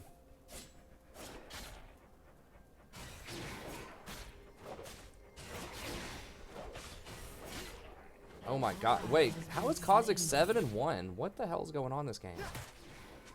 We shut him down like twice when he came down here, or 3 times maybe. It was a lot.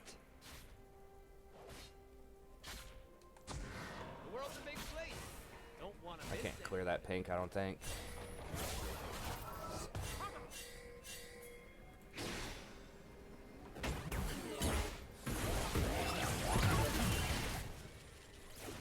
An ally has been slain. Don't leave nothing. Bring it all. When you open your eyes, you see everything limitless.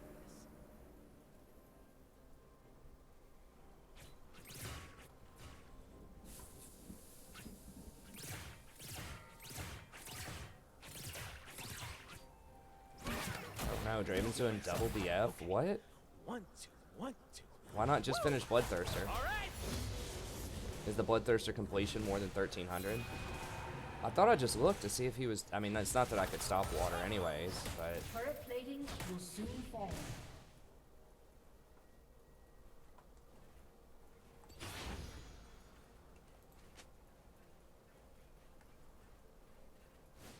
I don't need anything but the right now.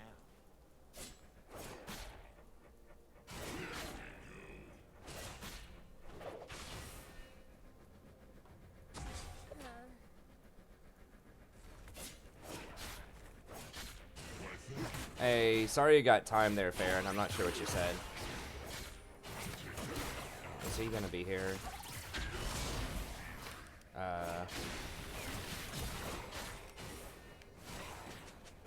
Look good. I feel good. Let's kick some ass.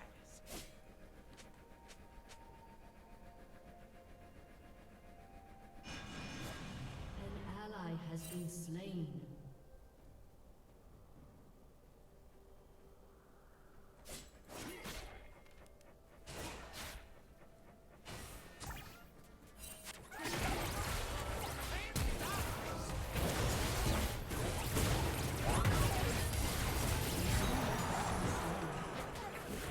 ally has been slain.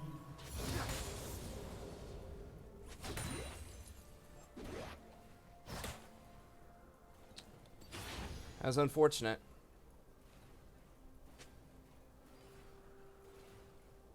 Your turret has been destroyed.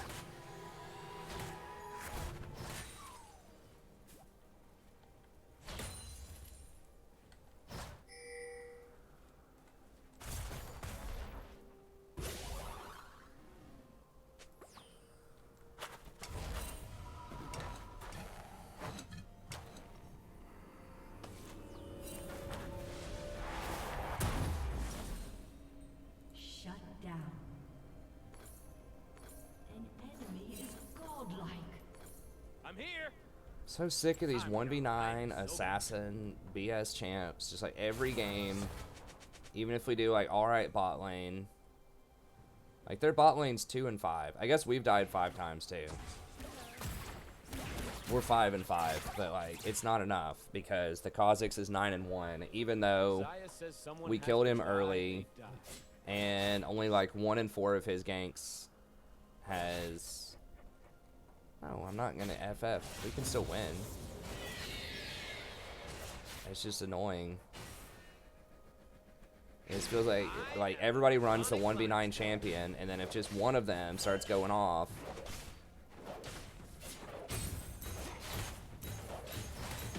it's so hard to come back. And there's a good chance if they have like 5 1v9 champions that one of them's gonna go off.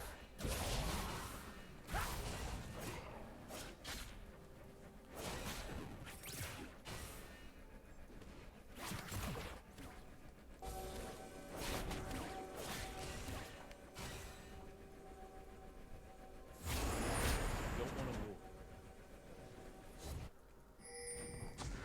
Turn in, turn on, drop out.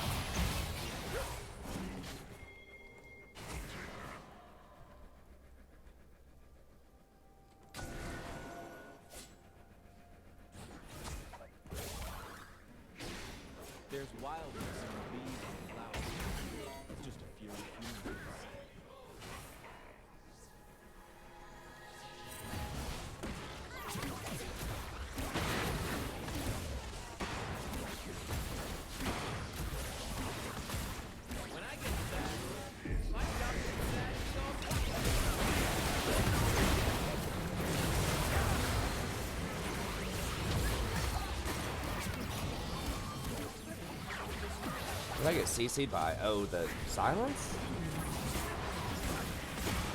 Holy shit.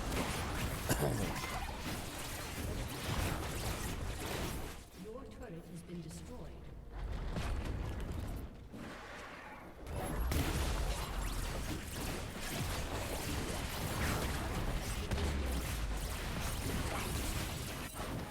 I got Has free. destroyed a I got a turret. lady. I got a cause I died. You can't ban all the carries though, because there's so many champs that do that now.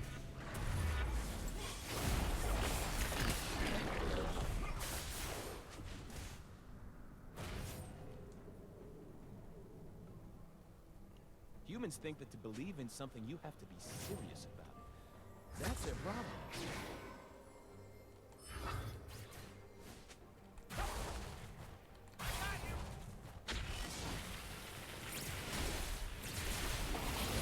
Everyone just like randomly throws around the word for fun. It's like, even if it's a for fun region, like if you're losing to people, then like you're losing to them, you know what I mean? Like the enemy team should be for fun also.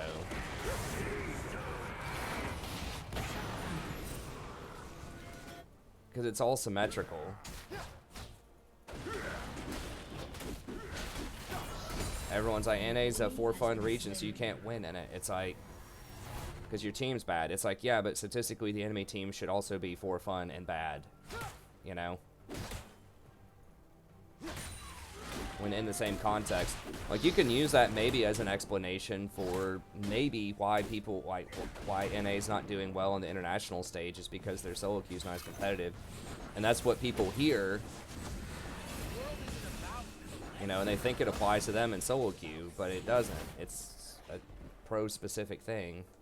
If you're playing in the same region, if you're NA playing in NA, or if you're Europe playing in Europe, like, it's all symmetrical. Like, there's no excuse about a region-wide deficit or whatever.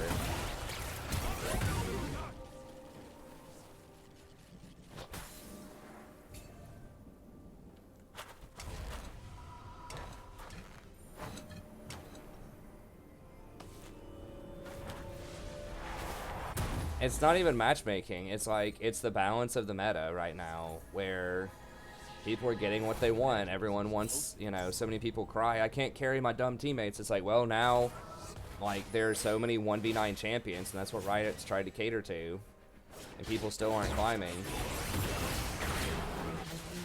consistently. It just heavily favors one tricks that play, like, assassin 1v9 champs.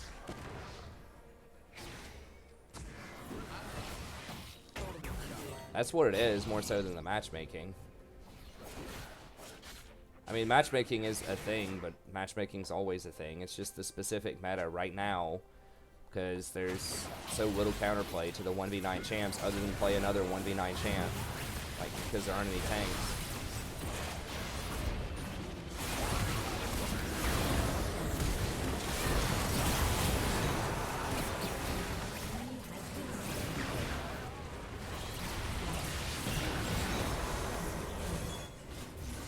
An ally has been slain.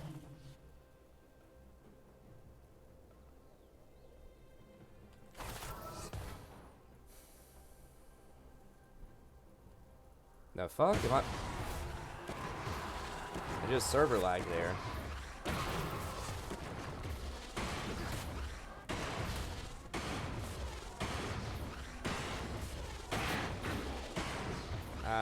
I mean, I don't know what you mean by competitive. Like, it's always competitive.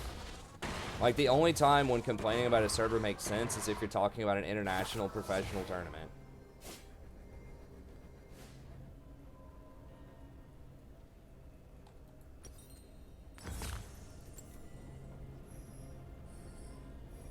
They will see me. They will see my dance.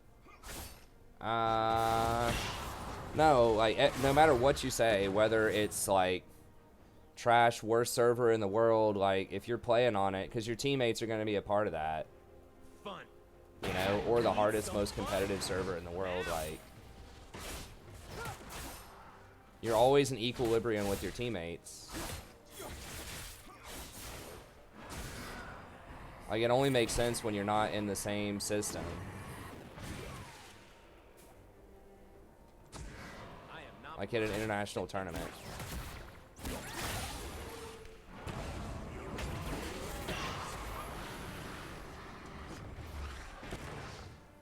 Your inhibitor is respawning soon.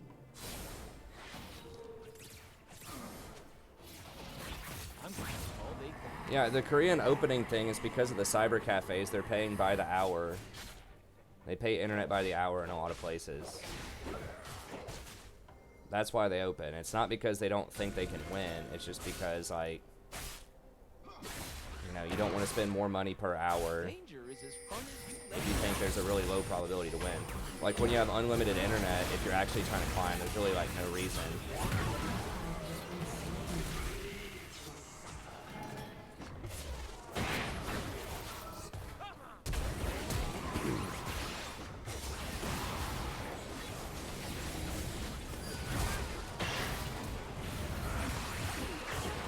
Jesus Christ, like literally everybody's getting caught.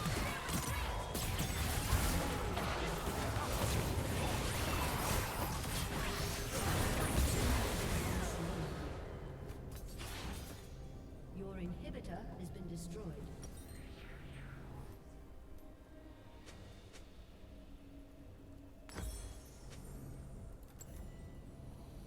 Is my cloak right? Yes, it is. Where's the-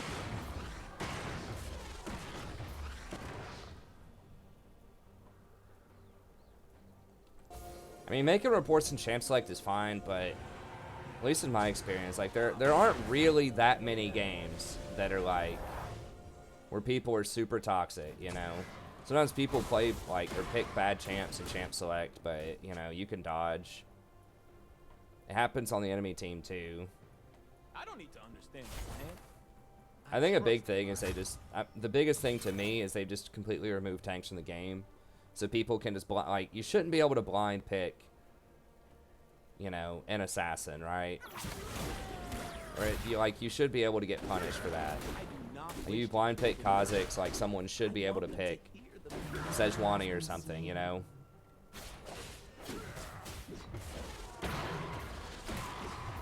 If you blind pick, you know, Talia mid, like, or not Talia, like Akali mid, or you blind pick Kiana top or something, like, there should be some pretty significant, like, potential counterplay there.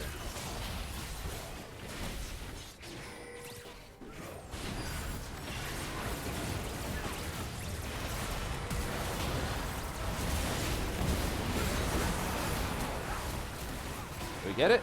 Yes!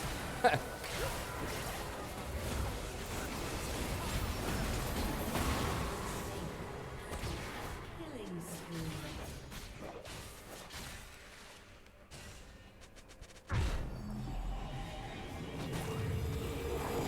I mean, it had like 100 HP left. I was trying to auto attack the Baron. Yeah, I should probably be running.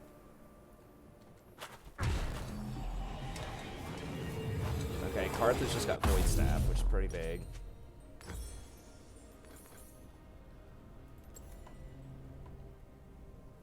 Yeah, I mean, really, that was me. Magic is wild. Don't mean to toot my own horn, but I was... Olaf did get the Baron, which is nice, but... Okay.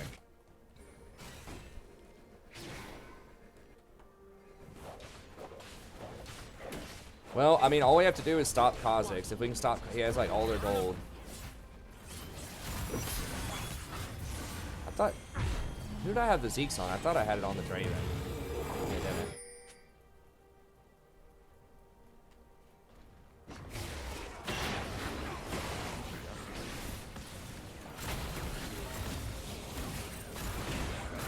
You gotta wait on Olaf.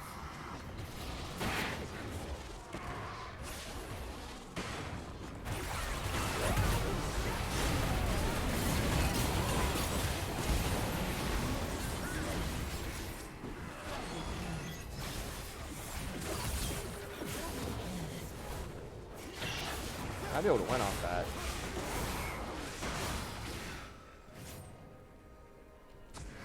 Hello? Anybody there?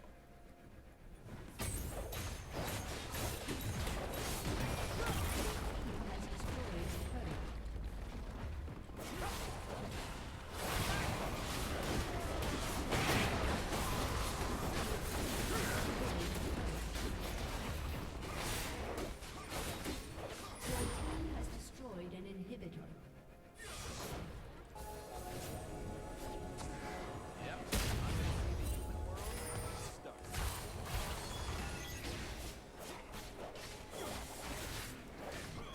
don't know how I wasn't able to jump that wall, but alright.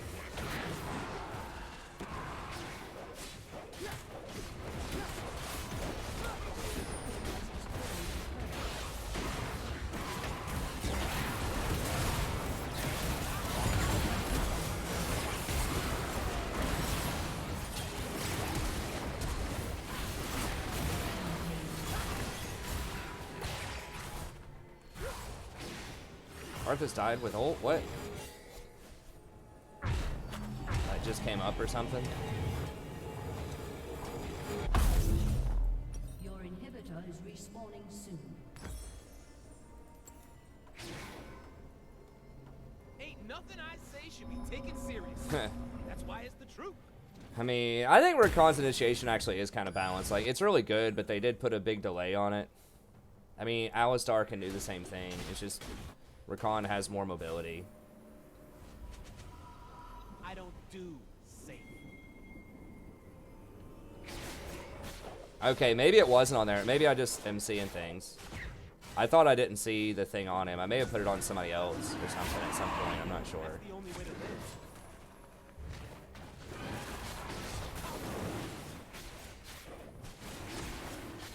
That was dangerous because, yeah, I didn't get... I wasn't going to be able to get to the blast plant. I was hoping I could go over, hit the dust, and then blast plant back, but... let's go for that one. I'm going to try to get his red.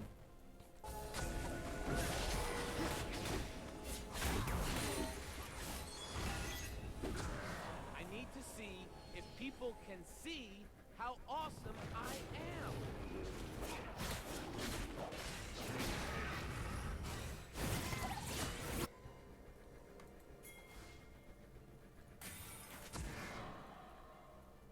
Okay, Zed just randomly top.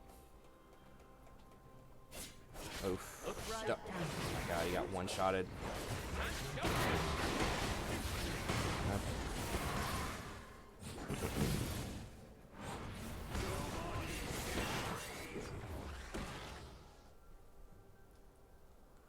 Ha! I'm G to the D. Golden diamond. Can Olaf boy. beat Aurelia? He's really far ahead of her. I hope he can.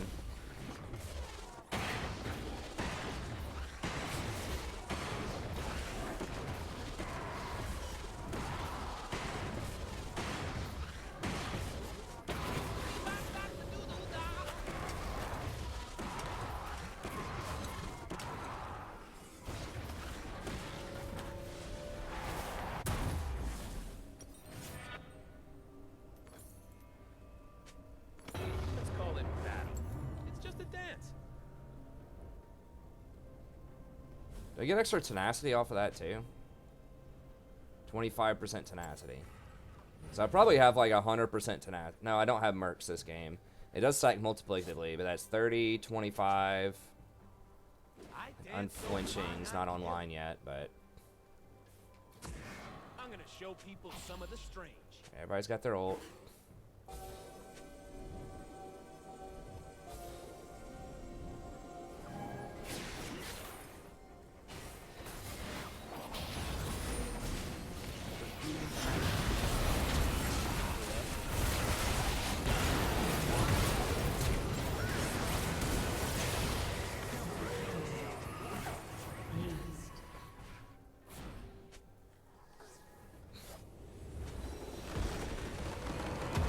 No gang.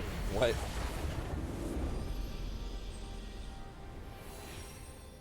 If someone says I play rank for fun, that's reportable. I mean, I think the thing is like, it's not the fun itself. It's that oftentimes when people say fun, they mean I'm not trying to win. Like, that's the thing. Like, it's kind of a meme, but I mean, people are assuming those are mutually exclusive, right? Like, you can have fun and be competitive. But when someone says, like, for fun, it's kind of code word these days for not competitive. Yeah, we had some good fights. We're able to bring that back for sure.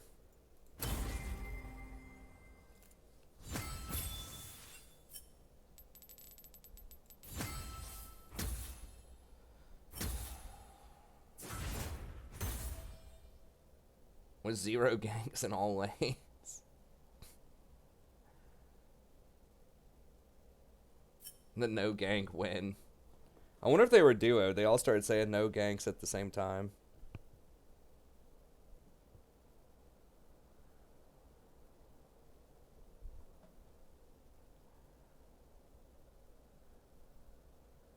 Nah, I meant Zeke's and Knight's Vow. I didn't think I had Zeke's on him, but maybe I did. Maybe I just missaw it. Okay, let me grab a drink really quick, and we'll get back in there in 1 second.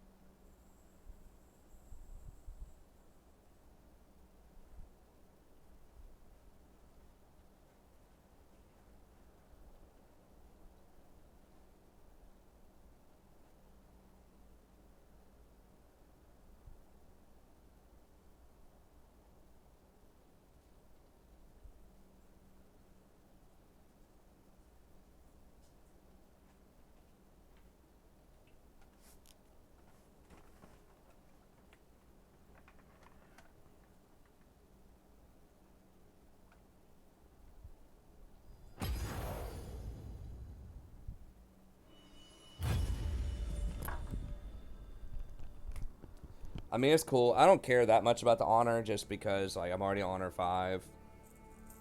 Did I even get anything for honor 5? Am I supposed to get, like, some chromas or something?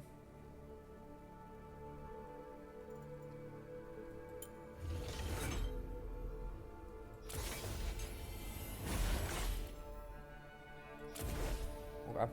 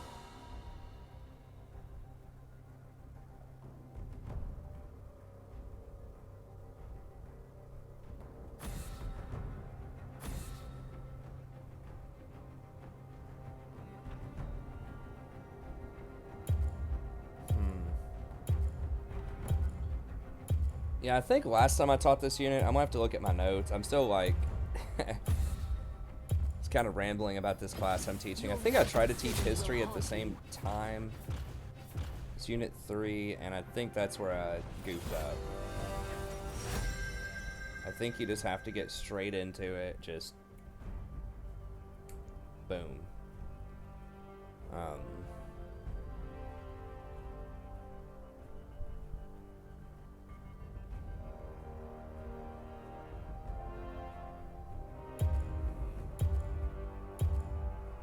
Thinking about context. Oh my god, Leona.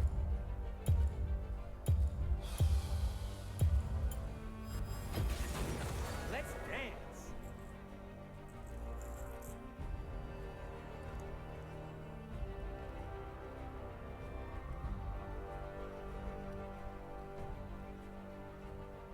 Oh, okay. Thanks, Roach.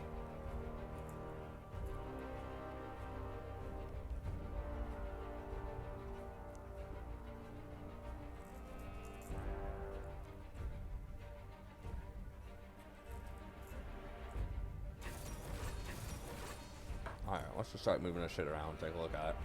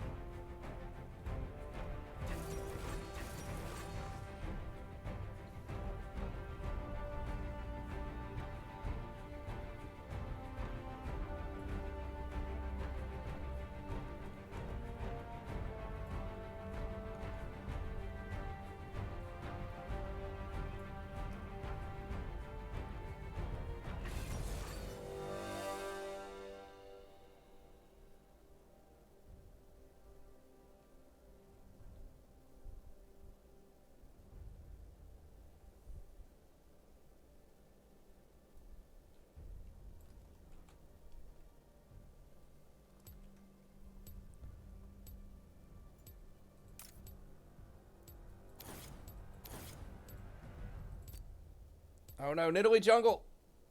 Damn it. Alright, probably should have dodged this one. We'll see.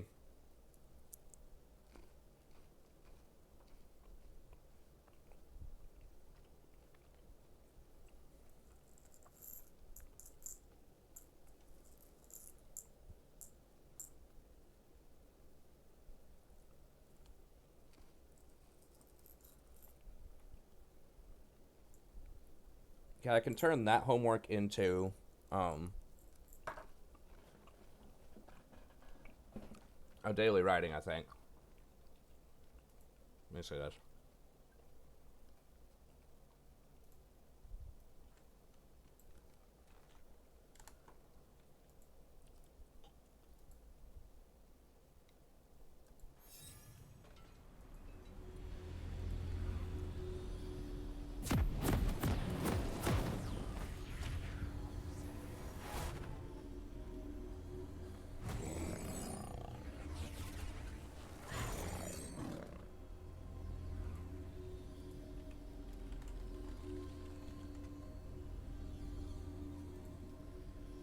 Welcome to Summoner's Rift. Hey, what's up, W2G? Nothing important should be 4 starting factions. If I had to guess for Warhammer 3. 30 seconds until minions Chaos. Chaos Dwarfs. Ogre Kingdoms. Magic isn't supposed to be safe. I think those 3 are almost a lock. I think. Now, the 4th one... I would guess Cathay. That's something that's been floated around as kind of an Eastern-themed human faction. They almost always have some kind of, like, human type of faction. Hey, what's up, Brandon? Humans will never understand. Could also our be, like, kind until halflings. they hear the song. Could also be, like, a fully fleshed out Kislev.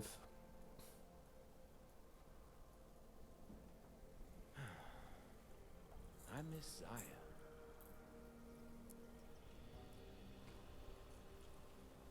I'd say some kind of, like, humanoid type of faction, though. Maybe the 4th one.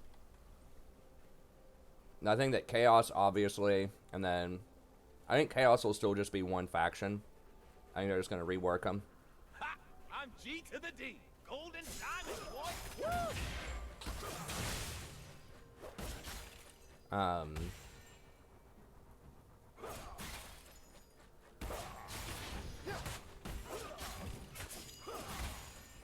They could do multiple Chaos factions, but I don't think they'll do that. I think they'll just have it be one faction with different legendary lords and maybe different mechanics for each lord.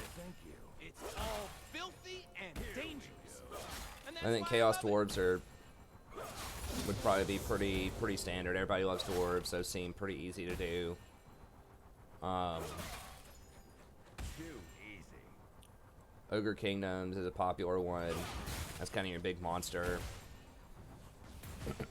type of faction. And then, yeah, either, like I said, Kislev, Cathay, or Humans claim it is theirs. halflings, maybe. Fence us away. You cover it. They still do need to do Araby at some point.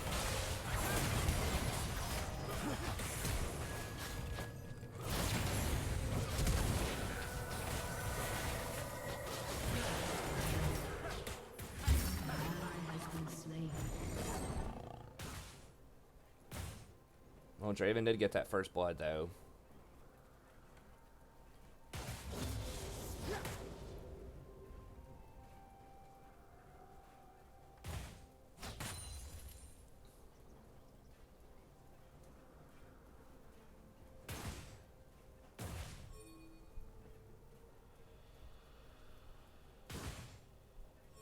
When I get sad, I stop being sad and be awesome instead. True story.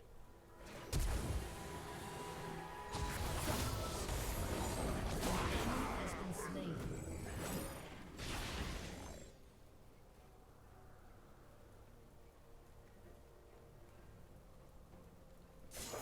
Yo, what up, Sammy? I underestimate my charm. How is that even possible? Here we go.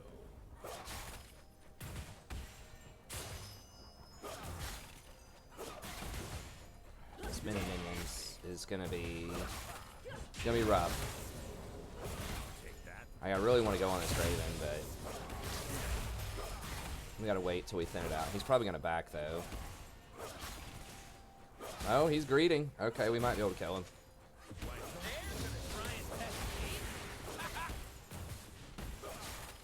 An ally has been slain.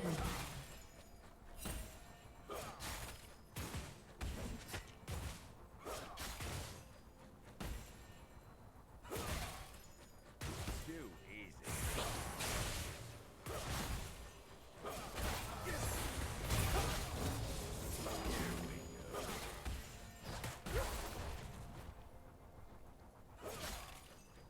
I'll take that. Might make it a pre-order bonus. I think they'll give you 4 factions standard. I don't think they're gonna do the pre-order bonus thing. They didn't do that for Warhammer 2, I don't think. It's just very poorly received, and I don't think they make that much money off of it. I mean, maybe they do, but people lose their crap about that stuff. I didn't even think it was a big deal for Chaos. Like, they gave you a 5th faction for, like, it was like... And you could just buy it later for $5. It's not like they were gating all the stuff tremendously. Like, companies need visibility into sales so they can pitch and, like, make more stuff. You know, if something has really strong pre-order sales, they might be tempted to go ahead and start making a sequel so that comes out faster for people. Like, everyone trips. Like, anytime companies want to make money. I think that, like, you know, there's obviously a certain level with that where it could be really sleazy, right? If they withhold, like, a lot of the content as DLC or whatever. But if it's just, like, you know, there's one faction that's like a $5 value or something that you get for signing up early. And they even let you, like, the game, like, be out for a week and you could still get it, you know? Because I know one thing with pre-order bonuses is if the game's, like, really unfinished or buggy, then it can feel bad that people bought it. But that gives you plenty of time to get the reviews out there, to watch people playing it, to see that it's not buggy, but to give them good visibility on sales early.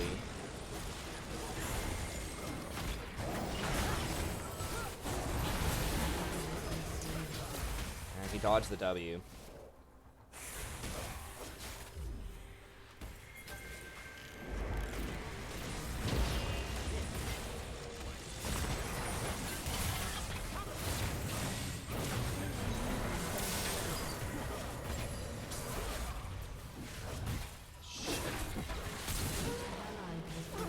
Oh my god, it's getting so clowny. Like, what is going on?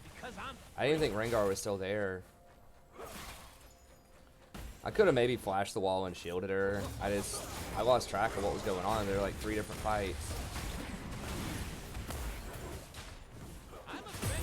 Zillion, I think, still has enough for his ult, so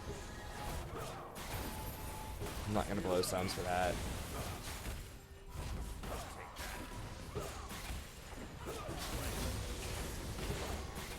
I'm here. I'm so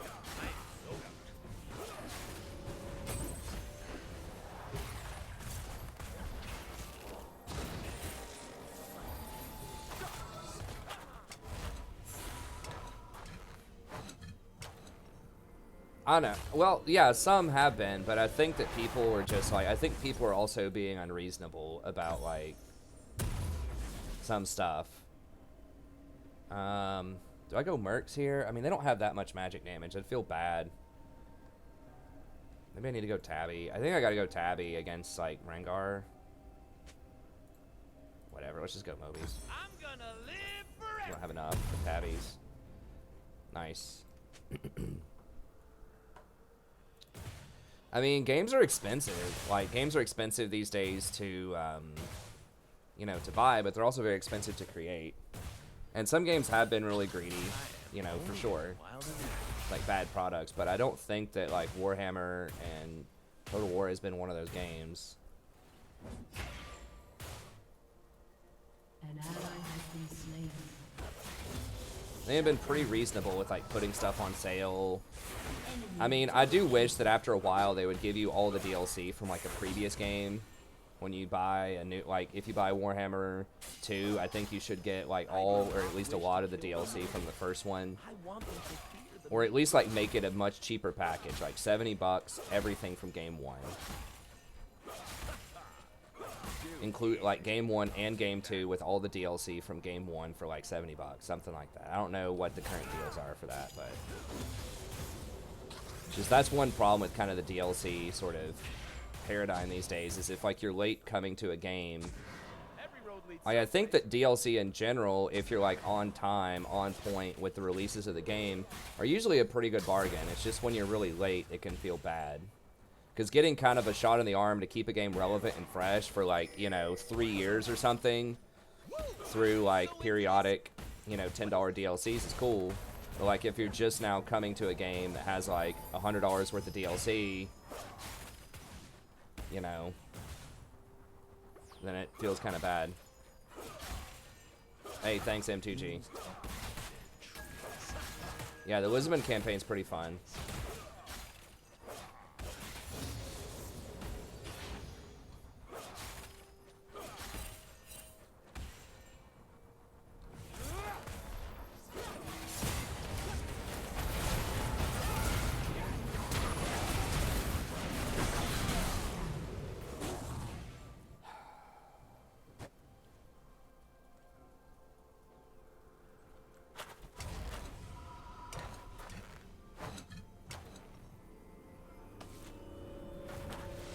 Do you know if DLC moves over? What do you mean moves over? I think you're still going to be able to play all of the old factions. I think they're going to do Immortal Empires. Basically, they'll call it something else, but I think they're going to have something where all 3 factions can be played. Or all 3, like, every faction can be played in Warhammer 3. I think that's something really cool they did with the game, too, is if, like, you have Warhammer 1, you can play it, and they've even done some updates to Warhammer 1 using the Warhammer 2 map, so I think that's really cool.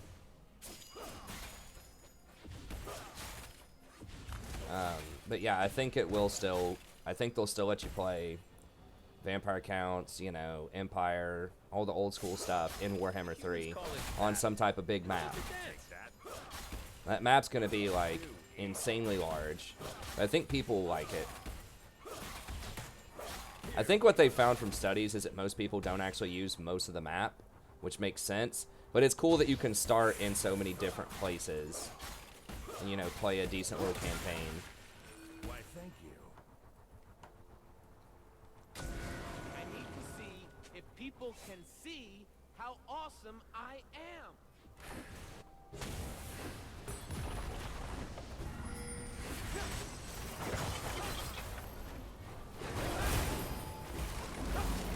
Why is his ult up, like, every 30 seconds?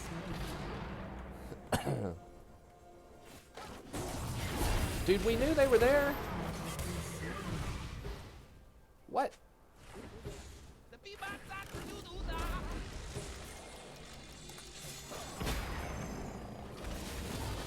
I mean, they're probably on Dragon right now. You think Rengar's just gonna walk away from that bush when everyone's, like, posturing ready for a fight bot lane?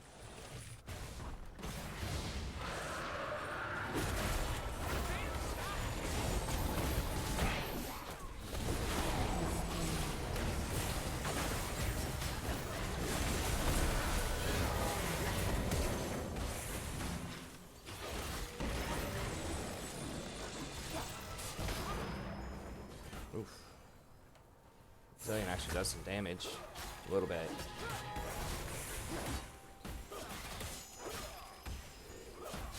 Why not a lot of people are chatting? People are just chilling, working, man. I don't know. I don't think chat's been that... I think it's about the same as usual.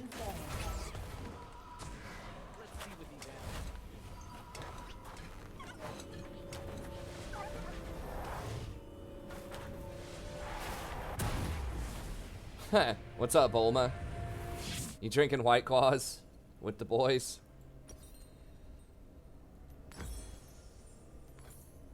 I need my love Never actually to had a hurt. White Claw. I just thought that guy's humor is pretty good. I don't apologize for it. I feel good.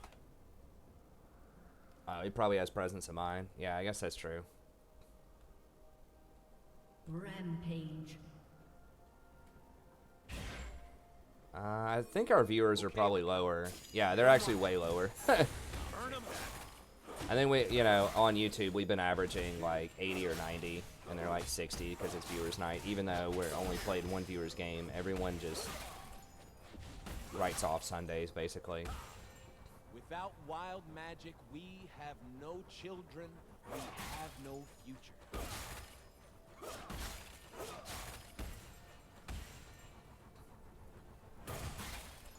Okay, Rengar's middle. I mean, we could try to make a play on him. Let's see what's happening. Rengar's probably coming down here. He could be going top.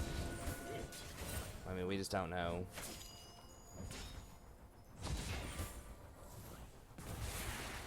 Zaya! Hey! Where is she? Hate it when she moves.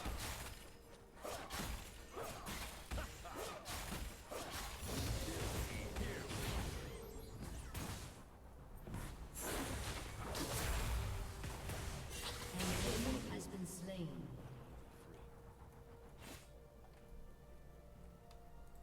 Is he down here? Yeah, he's got to be down here, right?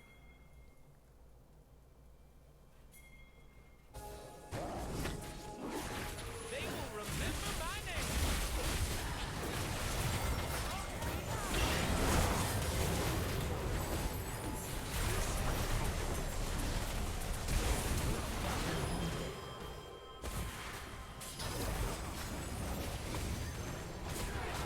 Oh god, okay.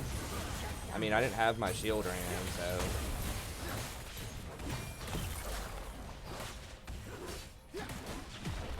so... It was a pretty good play by the Nidalee. Has destroyed a turret.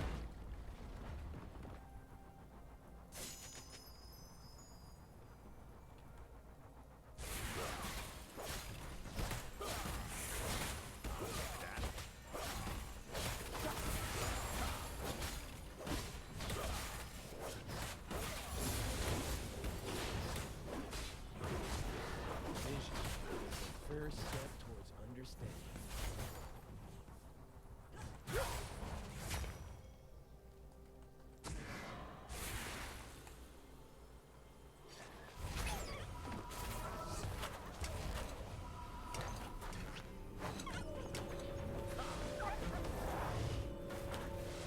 No, I don't want to do that. I mean, that's basically every other content creator. Has been destroyed.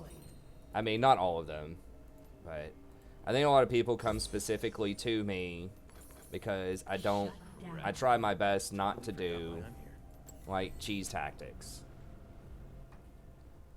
But that's what a lot of other major creators do, and they'll say they do it. That they do a lot of the cheese stuff. So I think people come to me because I try to play the game the way it's intended to be played. Where are you?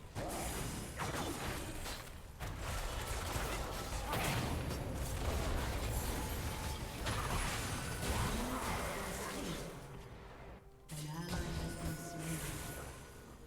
An ally has been slain.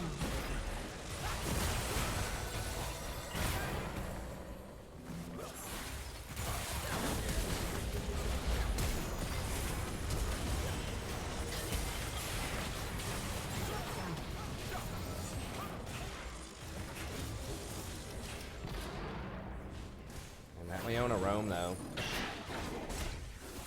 Shouldn't even have Mobies. Got there quick.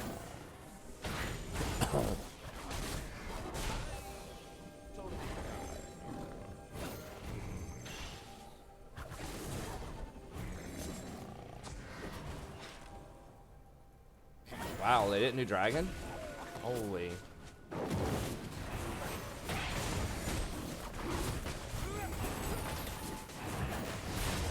Okay. I'm shocked. They're all like full health.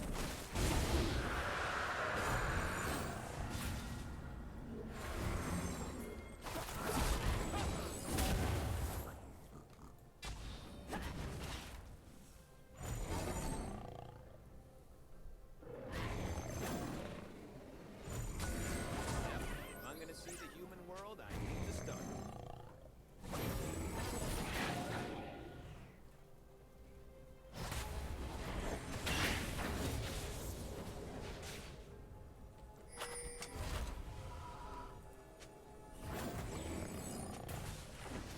really wish I had Zeke's here, but went for Dragon instead, which I still think was probably the right call.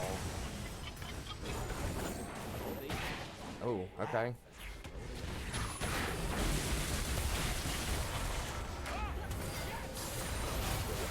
Shit. Get me out! Fuck, everyone is way too far away.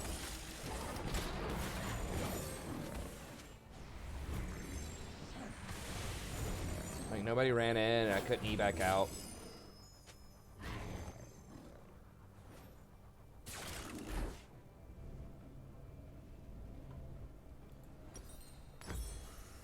An ally has been slain. An enemy has been slain.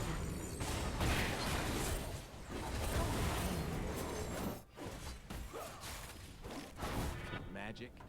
I thought as soon as she hit that thing, everyone was gonna go.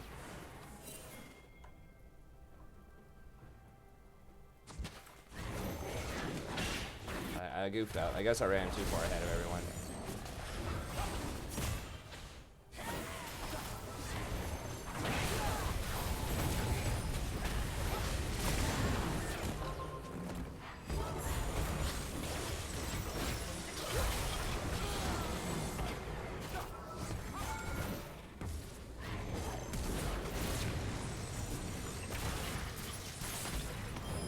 Has been slain.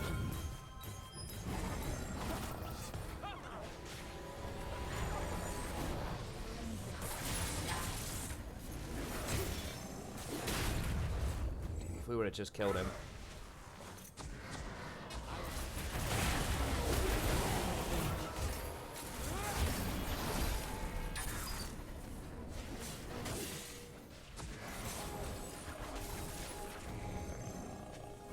Can we do it? Okay, okay. Let's do it.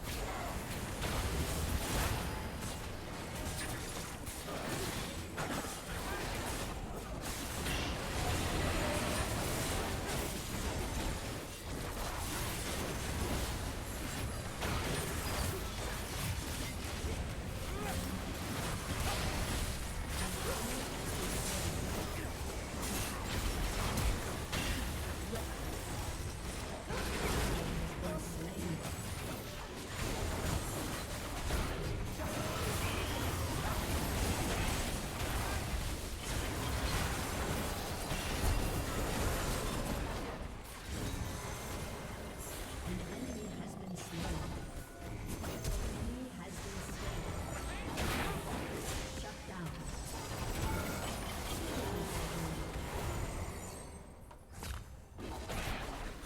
I felt kind of dicey, but we got it.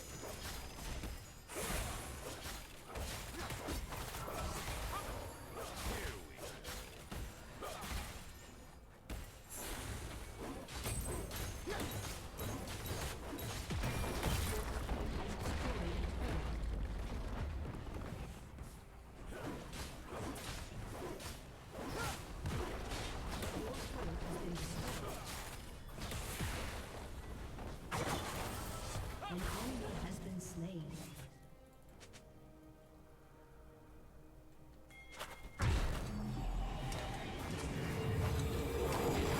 Destroyed a turret.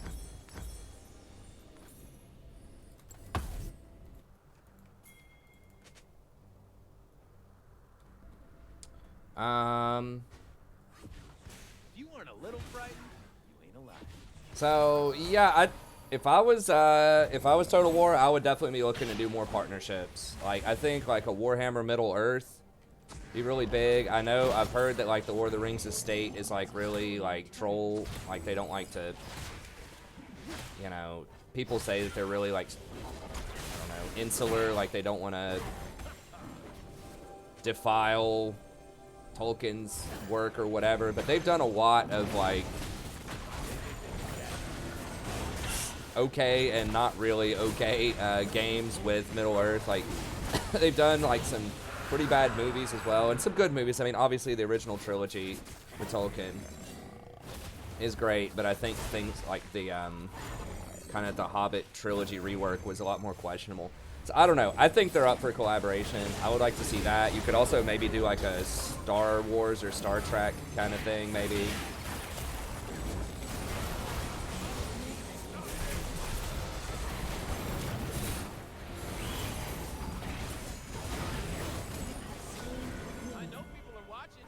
How kill. can they not be?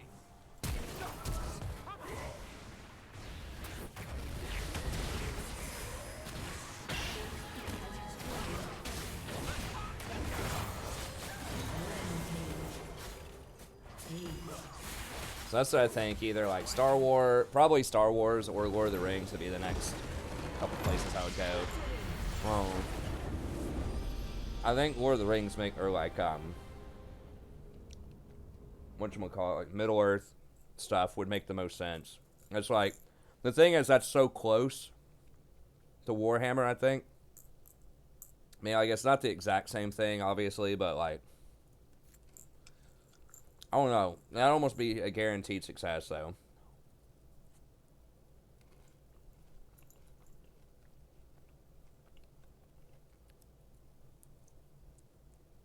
When you say you need my opinion on it, do you mean you want a coaching session?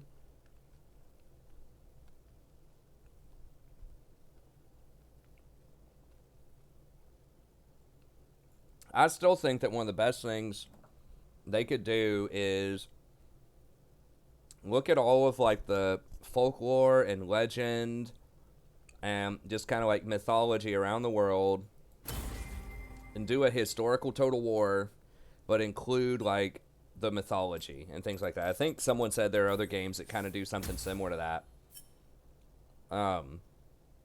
Using the Total War engine with the real-time battles, and just all the other stuff that's Total War, but just bring in like magic, you know, from the time period. Bring in magic, bring in some, you know, deities and stuff like that. Yeah, we can do that. So like, for example, you could bring in like some of the Roman gods or like the Greek mythology or something like that. Roman mythology whenever you're doing like a Total War Rome game. And then you could also bring in, you know, kind of like Germanic mythology or like Norse mythology, Celtic mythology, all that stuff. I think that'd be really cool. That'd open up the kind of creatures you could hire. And like it would allow you to have some magic and things like that. Because what makes Total War, like Warhammer, so unique and fun, I think, is that all the factions actually feel very different. And a lot of that stems because, you know, they have their own sort of like special abilities with lords. A lot of times they have their own magic. Hey, thanks, Dylan. I appreciate it. You know, they have their own magic. They have their own like win conditions, you know, that are different. Versus, I think, in like a lot of Total War, you know, the historical Total Wars. Now, I'm not like an expert on these, but I feel like a lot of them are like the win condition is always like conquer X number of properties. And it's just like reskinned, you know, similar units, right? It's like, okay, you got your humans with spears, you got your swords, you got your cavalry, you got your catapults, you got your archers, and just like some variation of that. Like you have like maybe like 6 core units, and like every faction basically has those. I mean, each faction might have its own like, you know, 1 or 2 kind of unique units, but there's nowhere near the same level of diversity. And then like the lords just don't have the same level of customization. There's no magic. Like there's just very limited other types of units other than just kind of your paper rock scissors, right, with your cavalry, spears, swords.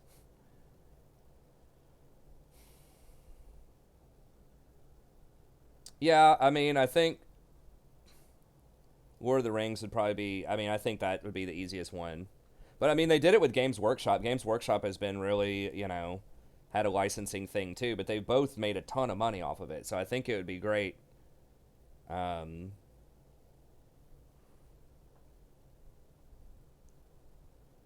Did you email me the game already, Sammy? Or did you want to do it later?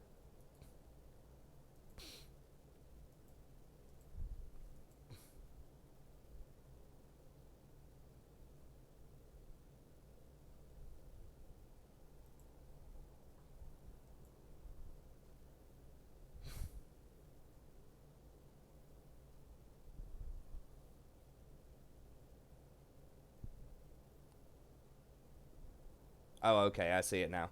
Yeah, sorry, I didn't turn the Streamlabs, I guess. I I forgot to put the widget over for the donations, or maybe you donated on the on Twitch. But yeah, okay, I see it now. I don't know why I didn't get a notification, or maybe I missed it. Sorry about that. Okay, so we can do a coaching session real quick, and then we'll do one more ranked. I think I am coming down with this cold. Why did it charge so much? Hold on, let me see something real quick.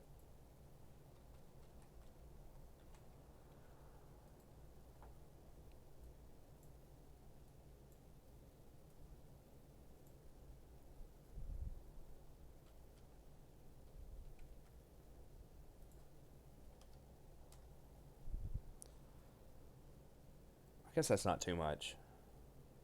It's more than I thought it was going to be. Oh, let me see. I can see transaction details here. Seems like the fee was higher than usual, but I guess not.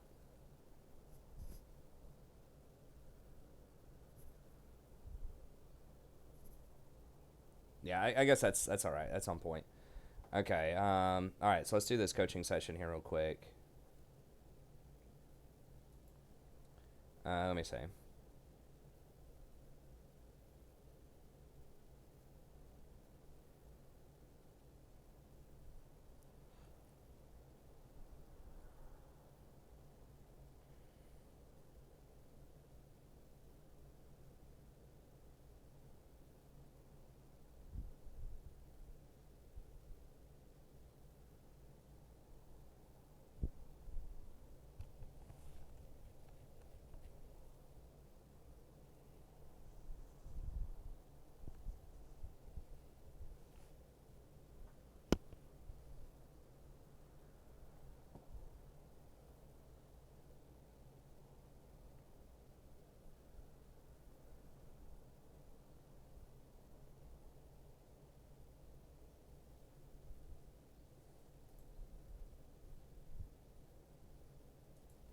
Okay.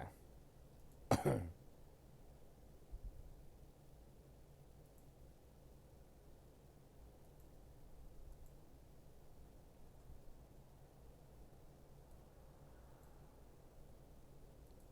I was looking over an email there.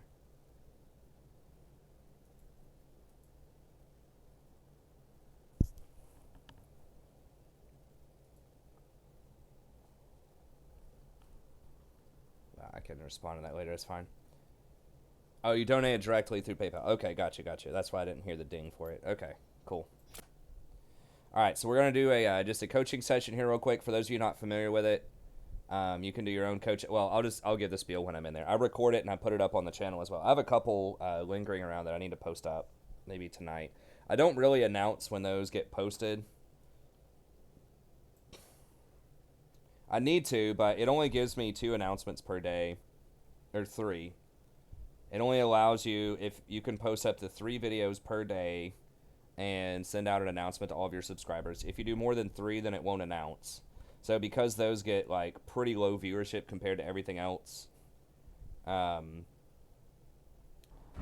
I just put them in the playlist and don't announce them. So, you know, just be sure to, it does show when you go to the channel, it'll show that like that's a new video that's on the channel. It just doesn't send out a special announcement to subscribers whenever I release one of them. Just because I have to kind of preserve the announcements, because that's something that YouTube has changed. Which kind of hurts people like me that release a lot of videos every day, but I guess that prevents people from getting spammed as well, so it's fine. Okay, let me go ahead and, excuse me, VOD this. 30 seconds until minions spawn. Hello everybody, welcome back. I'm the Strategy Professor. Today we're going to be doing a coaching session for Sammy, so special thanks to Sammy for the generous donation. And this is patch 9.16, and this is going to be a Jhin video.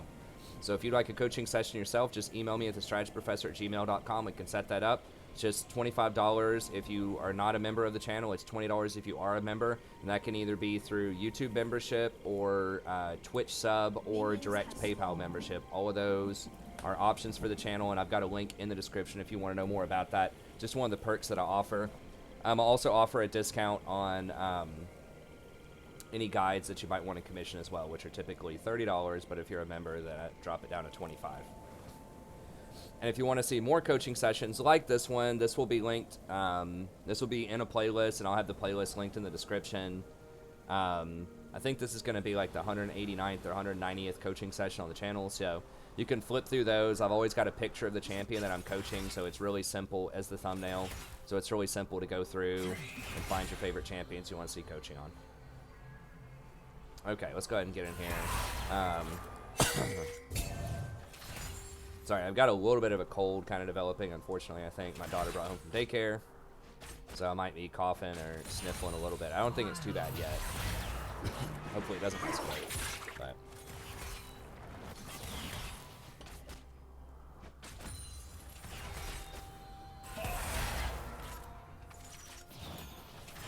And I am streaming this as well, so you might hear me talking in the stream a little bit if people are asking questions.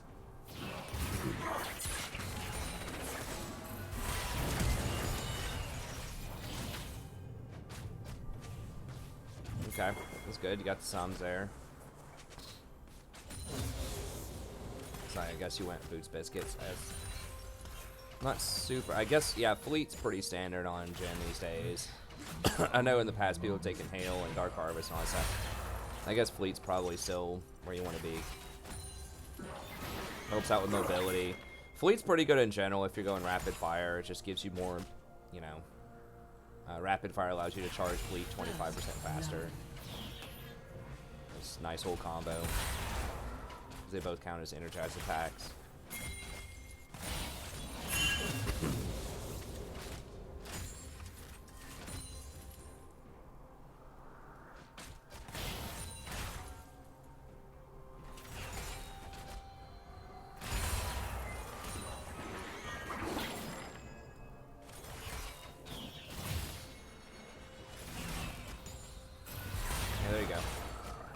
Some nice trades every time you get that fourth shot.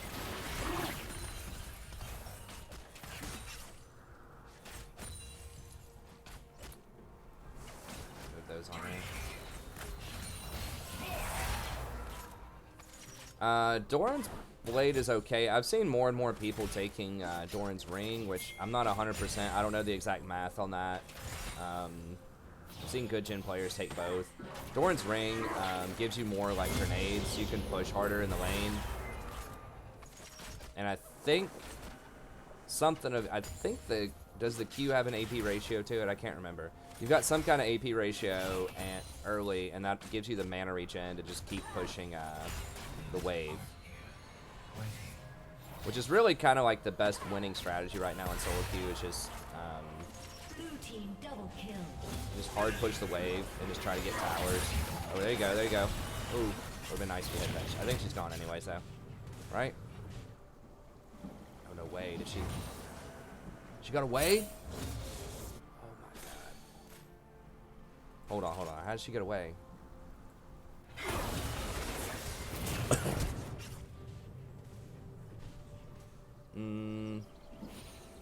Yeah, I guess you do see Echo there. I might have flashed after her. As soon as she flashed over that wall, I might have flashed over there. It was kind of weird. Like, she flashed right when that second tower shot was coming in.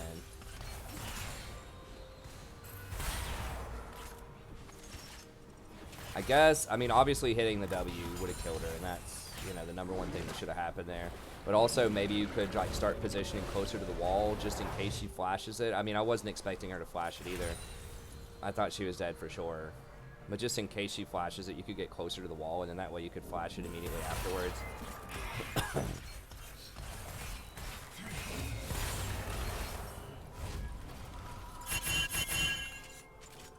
Alright, what was that? BF sword?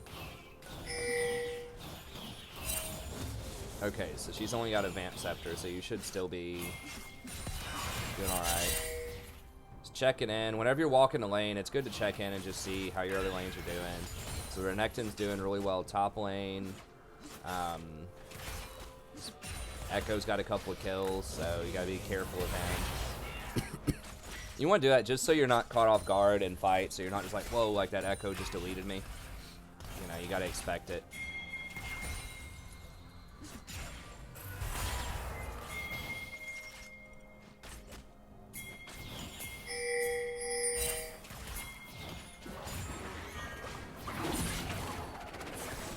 Okay, that's nice. Hey, thanks W2G. Thanks for coming out, buddy. I appreciate it.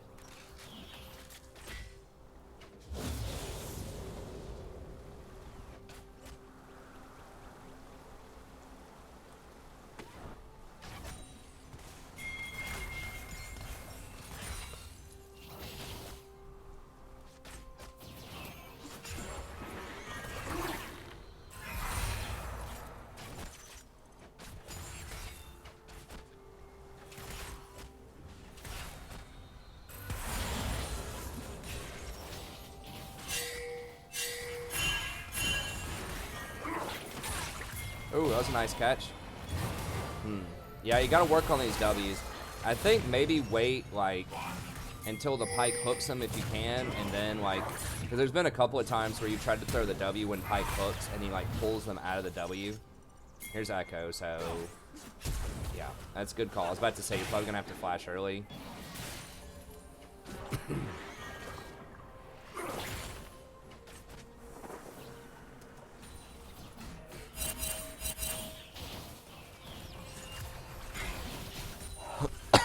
Excuse me, maybe go ahead and crank a biscuit here.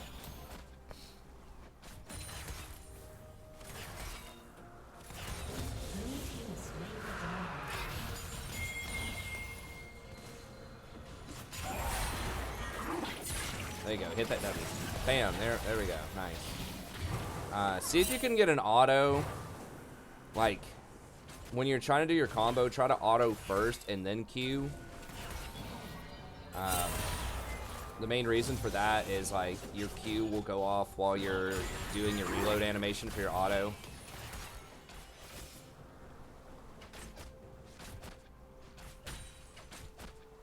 Like, it's not an auto attack reset, but it just maximizes your animations. Typically, if you, like, weave an auto in between your abilities. I think, it does refill one ammo slot, I think, too. I believe. It's been a long time since I played Jhin, being honest with you, but I do play with Jhin a lot, but I think using that grenade, I believe it refills one ammo slot. So you want to make sure that you're using that ammo. Although getting to the 4th shot is really nice.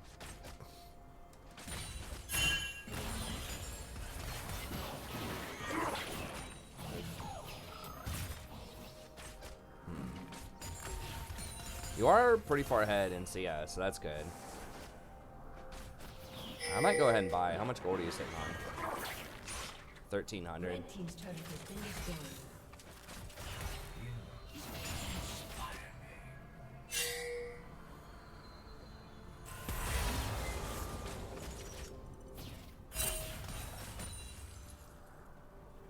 I mean, I can look it up after this game. It has some interaction. I believe your grenade has some interaction with the ammo.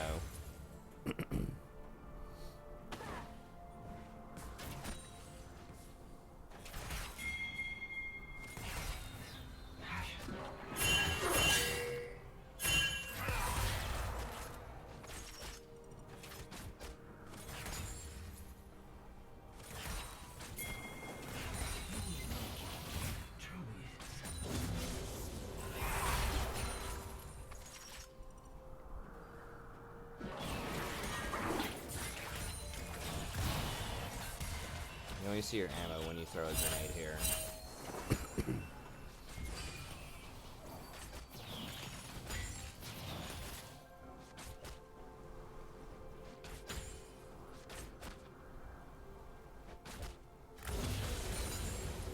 Well, you're at full ammo there, so it's hard to tell. Okay, there you go. Oh, nice. Okay. No, actually, it didn't refill one when you did it right there. Maybe I'm just crazy. Maybe they changed it or something. I don't know. Oop, that was close.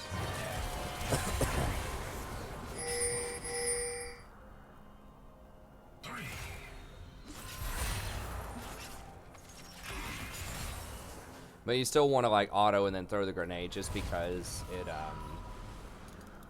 you're just kind of sitting there doing nothing while you're waiting on your attack animation anyways, and it puts your, it just kind of maximizes your animations.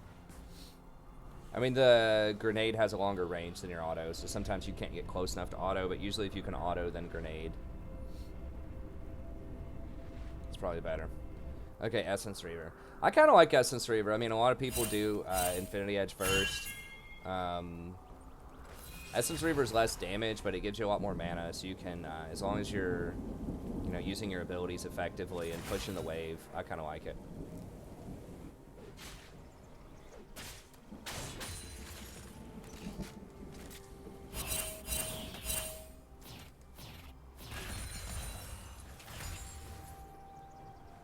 It is also a couple hundred gold cheaper than Infinity Edge. So you probably didn't have enough gold for Infinity Edge with everything else you got.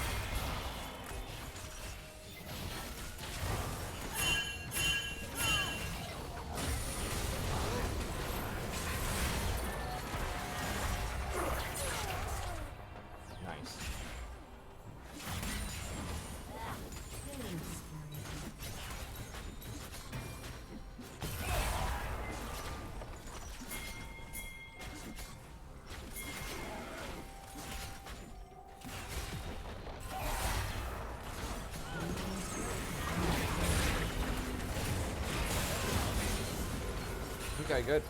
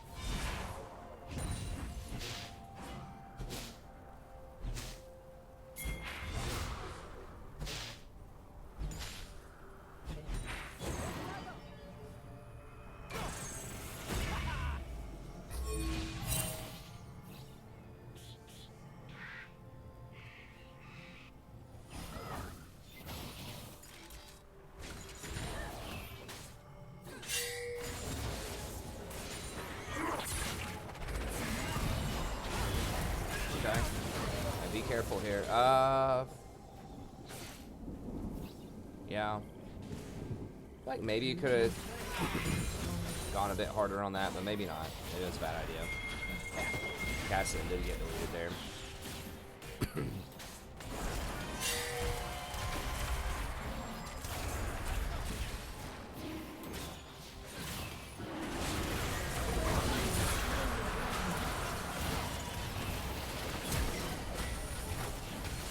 Drop traps, drop traps, drop traps.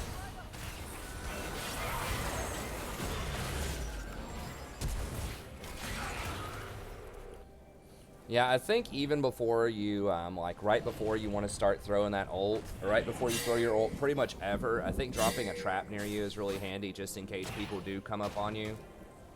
So like before you're going to go there, I would drop a trap here. I don't know the cooldown on how long it takes to drop multiple traps. But drop as many traps as you can pretty quickly, like right here in this bush, and then ult. And then that way you can kite like back through your traps if they come at you.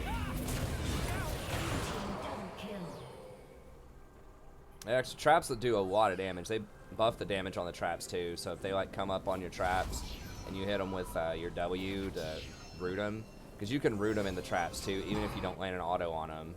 I think if they're caught out by the trap. Yeah, the Diana is really fed.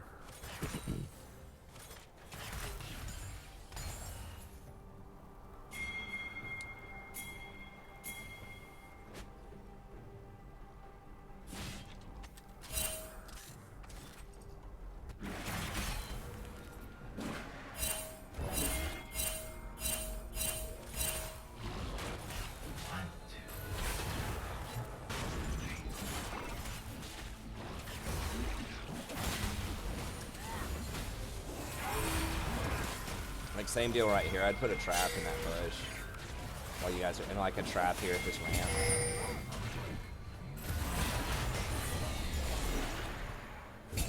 Just try to get more traps down whenever you can, whenever you think a fight's about to happen. Or, like, could happen. Just think about where could they come from and just try to get those traps down.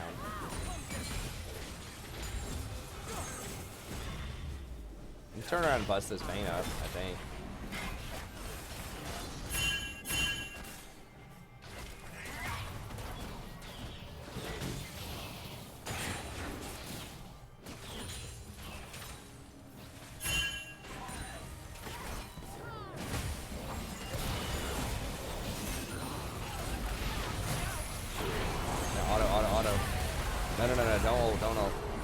Just keep autoing Echo there. Like, your autos do way more damage than your ult does. Ult's pretty much like if you just can't get close enough to them. Because your ult can't crit, that's the thing. Like, your autos, like, being able to crit is huge. You should really only ult, like, when they're running away if you can't catch them, or if it's just not safe for you to...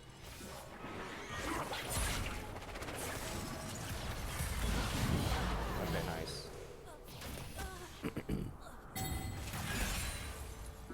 But yeah, if they're anywhere close to you, you really want to just keep autoing.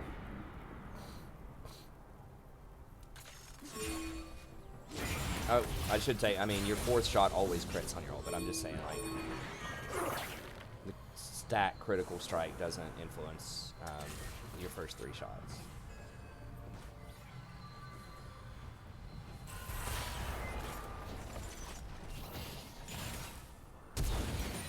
Ooh, okay.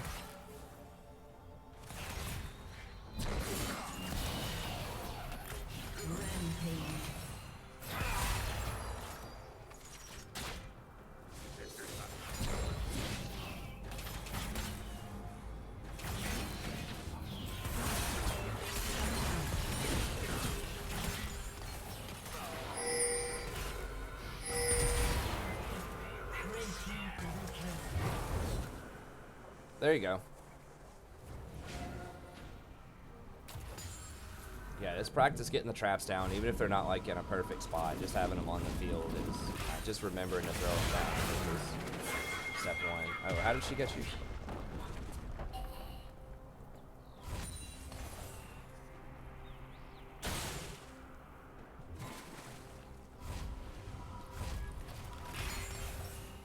Huh. Oh, the replay must be glitched. Yeah, it's glitched. Like, somehow it's showing, like, vision here, but you don't obviously have vision here. So, yeah, you gotta watch out for her, or just back a little bit further back. I know it's weird why she ran that far forward, but...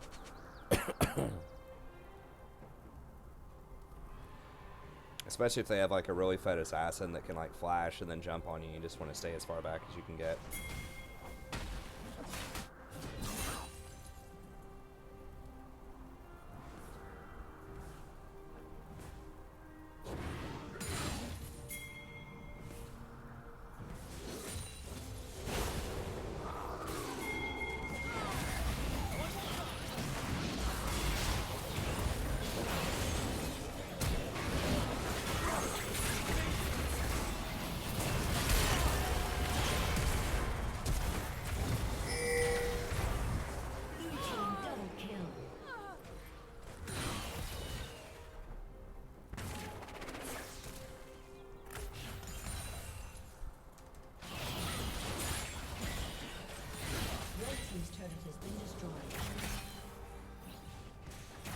Try to get some control wards if you can afford it too. I don't know how much gold you had, but you always want to try to keep at least one control ward on the map from every position. Oh, you're ignoring the vein. Yeah, I think if you turn around and pop that vein, maybe you could have done a bit better there, but...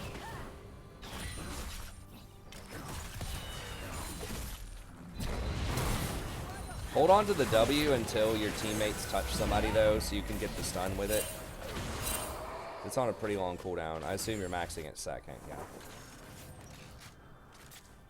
Red team's turret has been destroyed. But yeah, just wait on one of your teammates to touch them so that your W gets the root instead of just the damage.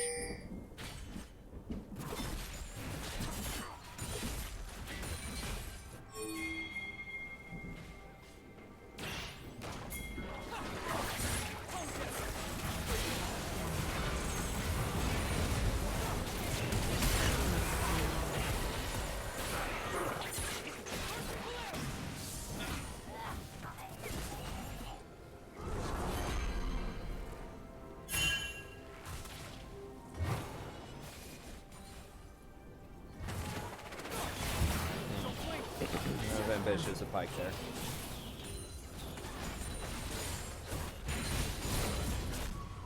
Hex drinker.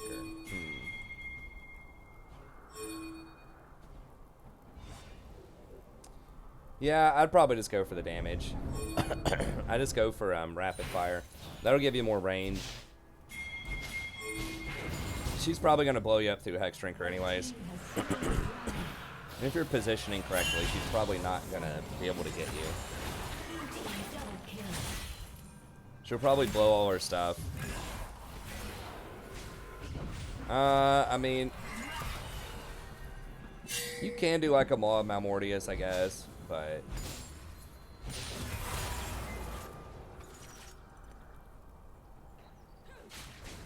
Mercurial is also okay. It does give some, I believe Mercurial gives some magic resist.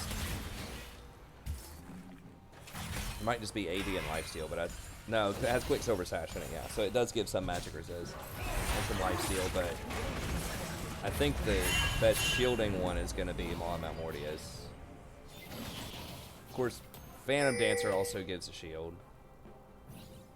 But I would probably just go Rapid Fire just so you have more range, so you can stay away from her, but still do a lot of damage. And Rapid Fire is just so good with fleet footwork, because that means that your fleet's going to be up 25% more often, which is more healing, more movement.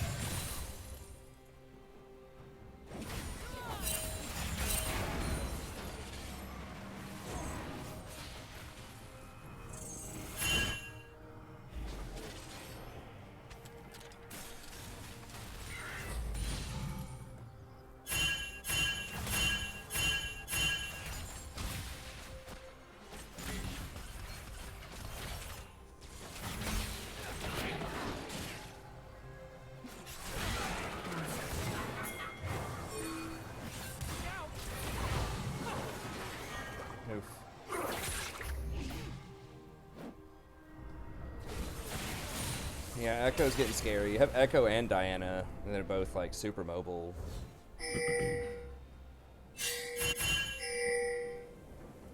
Now I might get them all. I don't know, like, it's very tempting just to get, maybe just Phantom Dancer here, because that will give you 100% crit.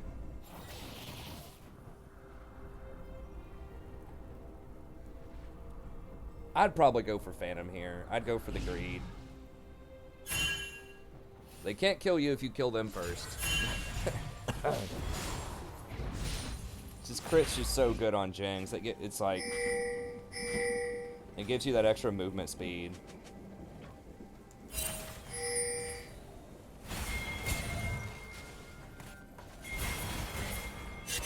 And Phantom Dancer will give you a little bit of a shield.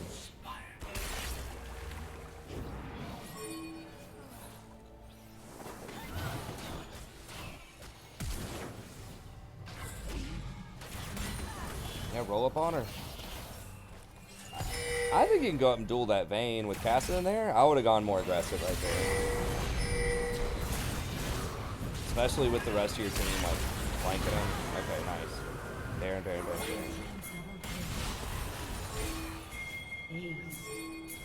Yeah. Yeah, I think that's right. I think go in PD. Well, Malmortius would be the other choice. I think it's 50 magic resist, and I think it's a bigger shield for only magic resist. Probably on a lower cooldown, but it doesn't have a crit on it, so. Okay, nice.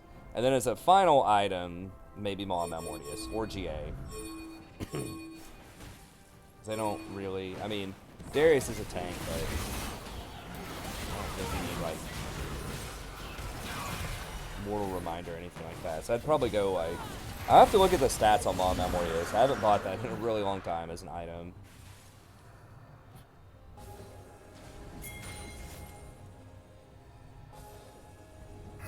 I'd have to see if the shield stacks, lifeline stacks also. I don't actually think that it does, so maybe you just go GA here. I think they're both called lifeline, even though they have different characteristics.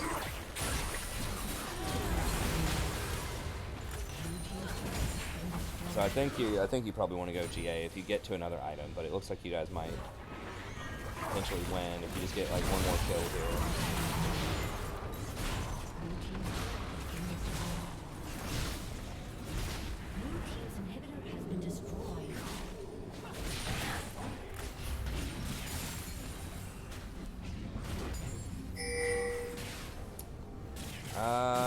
They're all up. It's a little dicey here. If you get it, you win, but if you don't get it, then they stop your push with Baron. I would probably back up and go bot lane. I mean, there's a chance they screw this up. You guys kill them all, but I think under most circumstances, you're probably wasting time and you should go bottom. I don't know. Diana's dead. She's a big part of like their power right now. So, and Vayne just ended. So, you guys can probably end. I mean, this is one of those things where it's like just A-ramming middle worked. I guess it is kind of late in the game, but I think the correct play would have been to rotate bottom with that wave. Although this one obviously worked out. I think it only worked out because Diana entered. Like if they were all five there, I think that maybe would have been a bit rougher, but okay.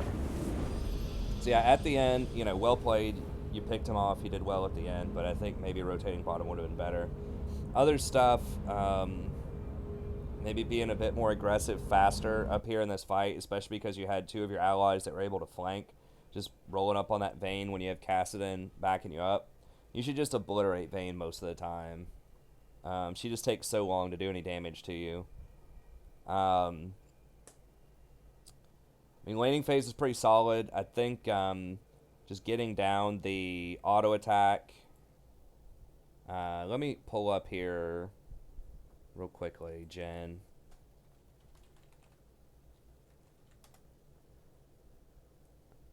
See if I'm crazy about the grenade. I thought it used to give you back an ammo. Maybe they changed it.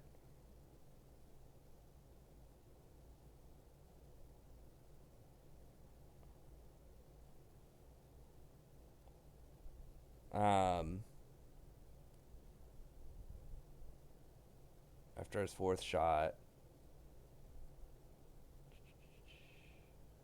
Wasn't the W. It's not that. I have to go back and look. But, yeah, landing the auto first.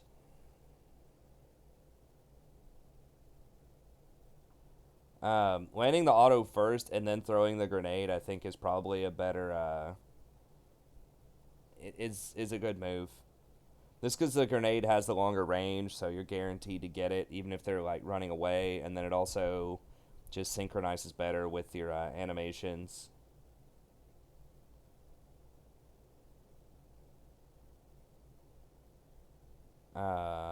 Crit. Okay, that's where they nerfed Hail of Blades. I was just looking to see if they changed, or maybe I'm just losing my mind.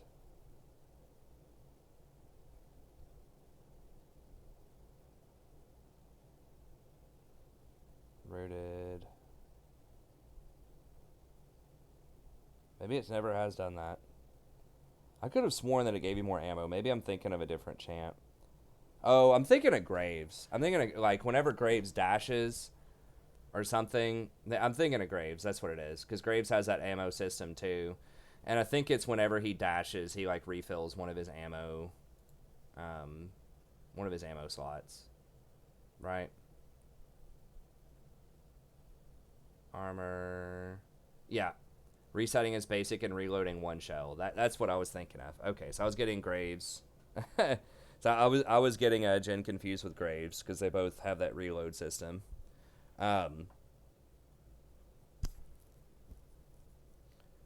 Anyways, yeah, so I think that auto Q, maybe posturing a little more aggressively. Don't open up your ult when there are enemies like still in range of you. Like, you just want to keep autoing as much as possible in fights, and then only ult if you can't get to the fight or if they're running away and you're not going to be able to run them down.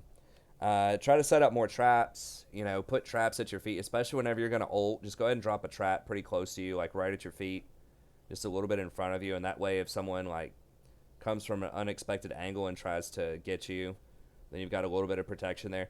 Just put those traps down anyways. Like when you're about to fight, you know, you're about to try to take Baron or whatever, just put a trap on the ramp or just put it in a bush, you know, where someone might try to come at you. Just think about where they're going to, you know, how are they likely to try to get you, and then try to get down at least one trap or two traps whenever you can there.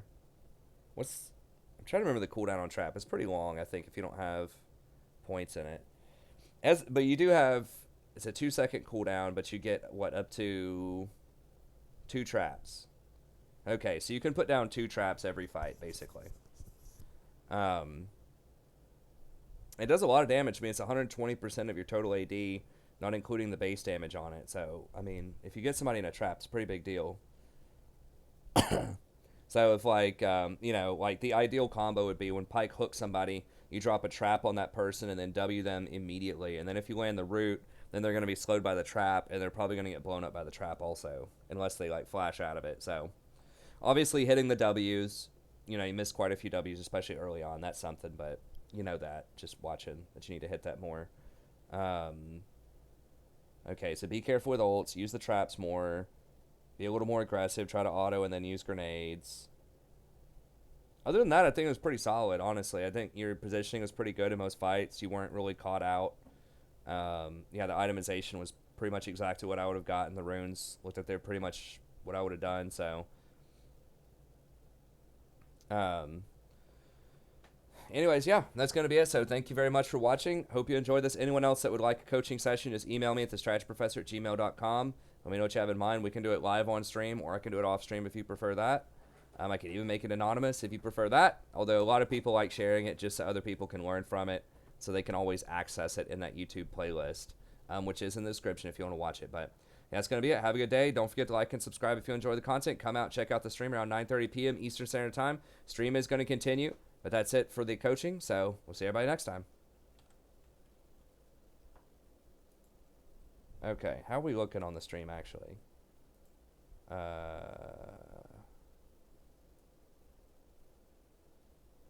So many things open here.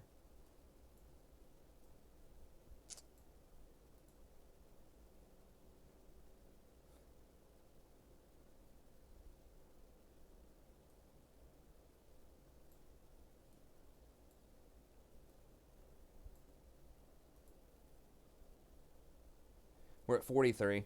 I think I might actually go ahead and call it. I know it's a little... I got started late tonight, but we have such low viewership. Anyways, I think we can go ahead and call it there.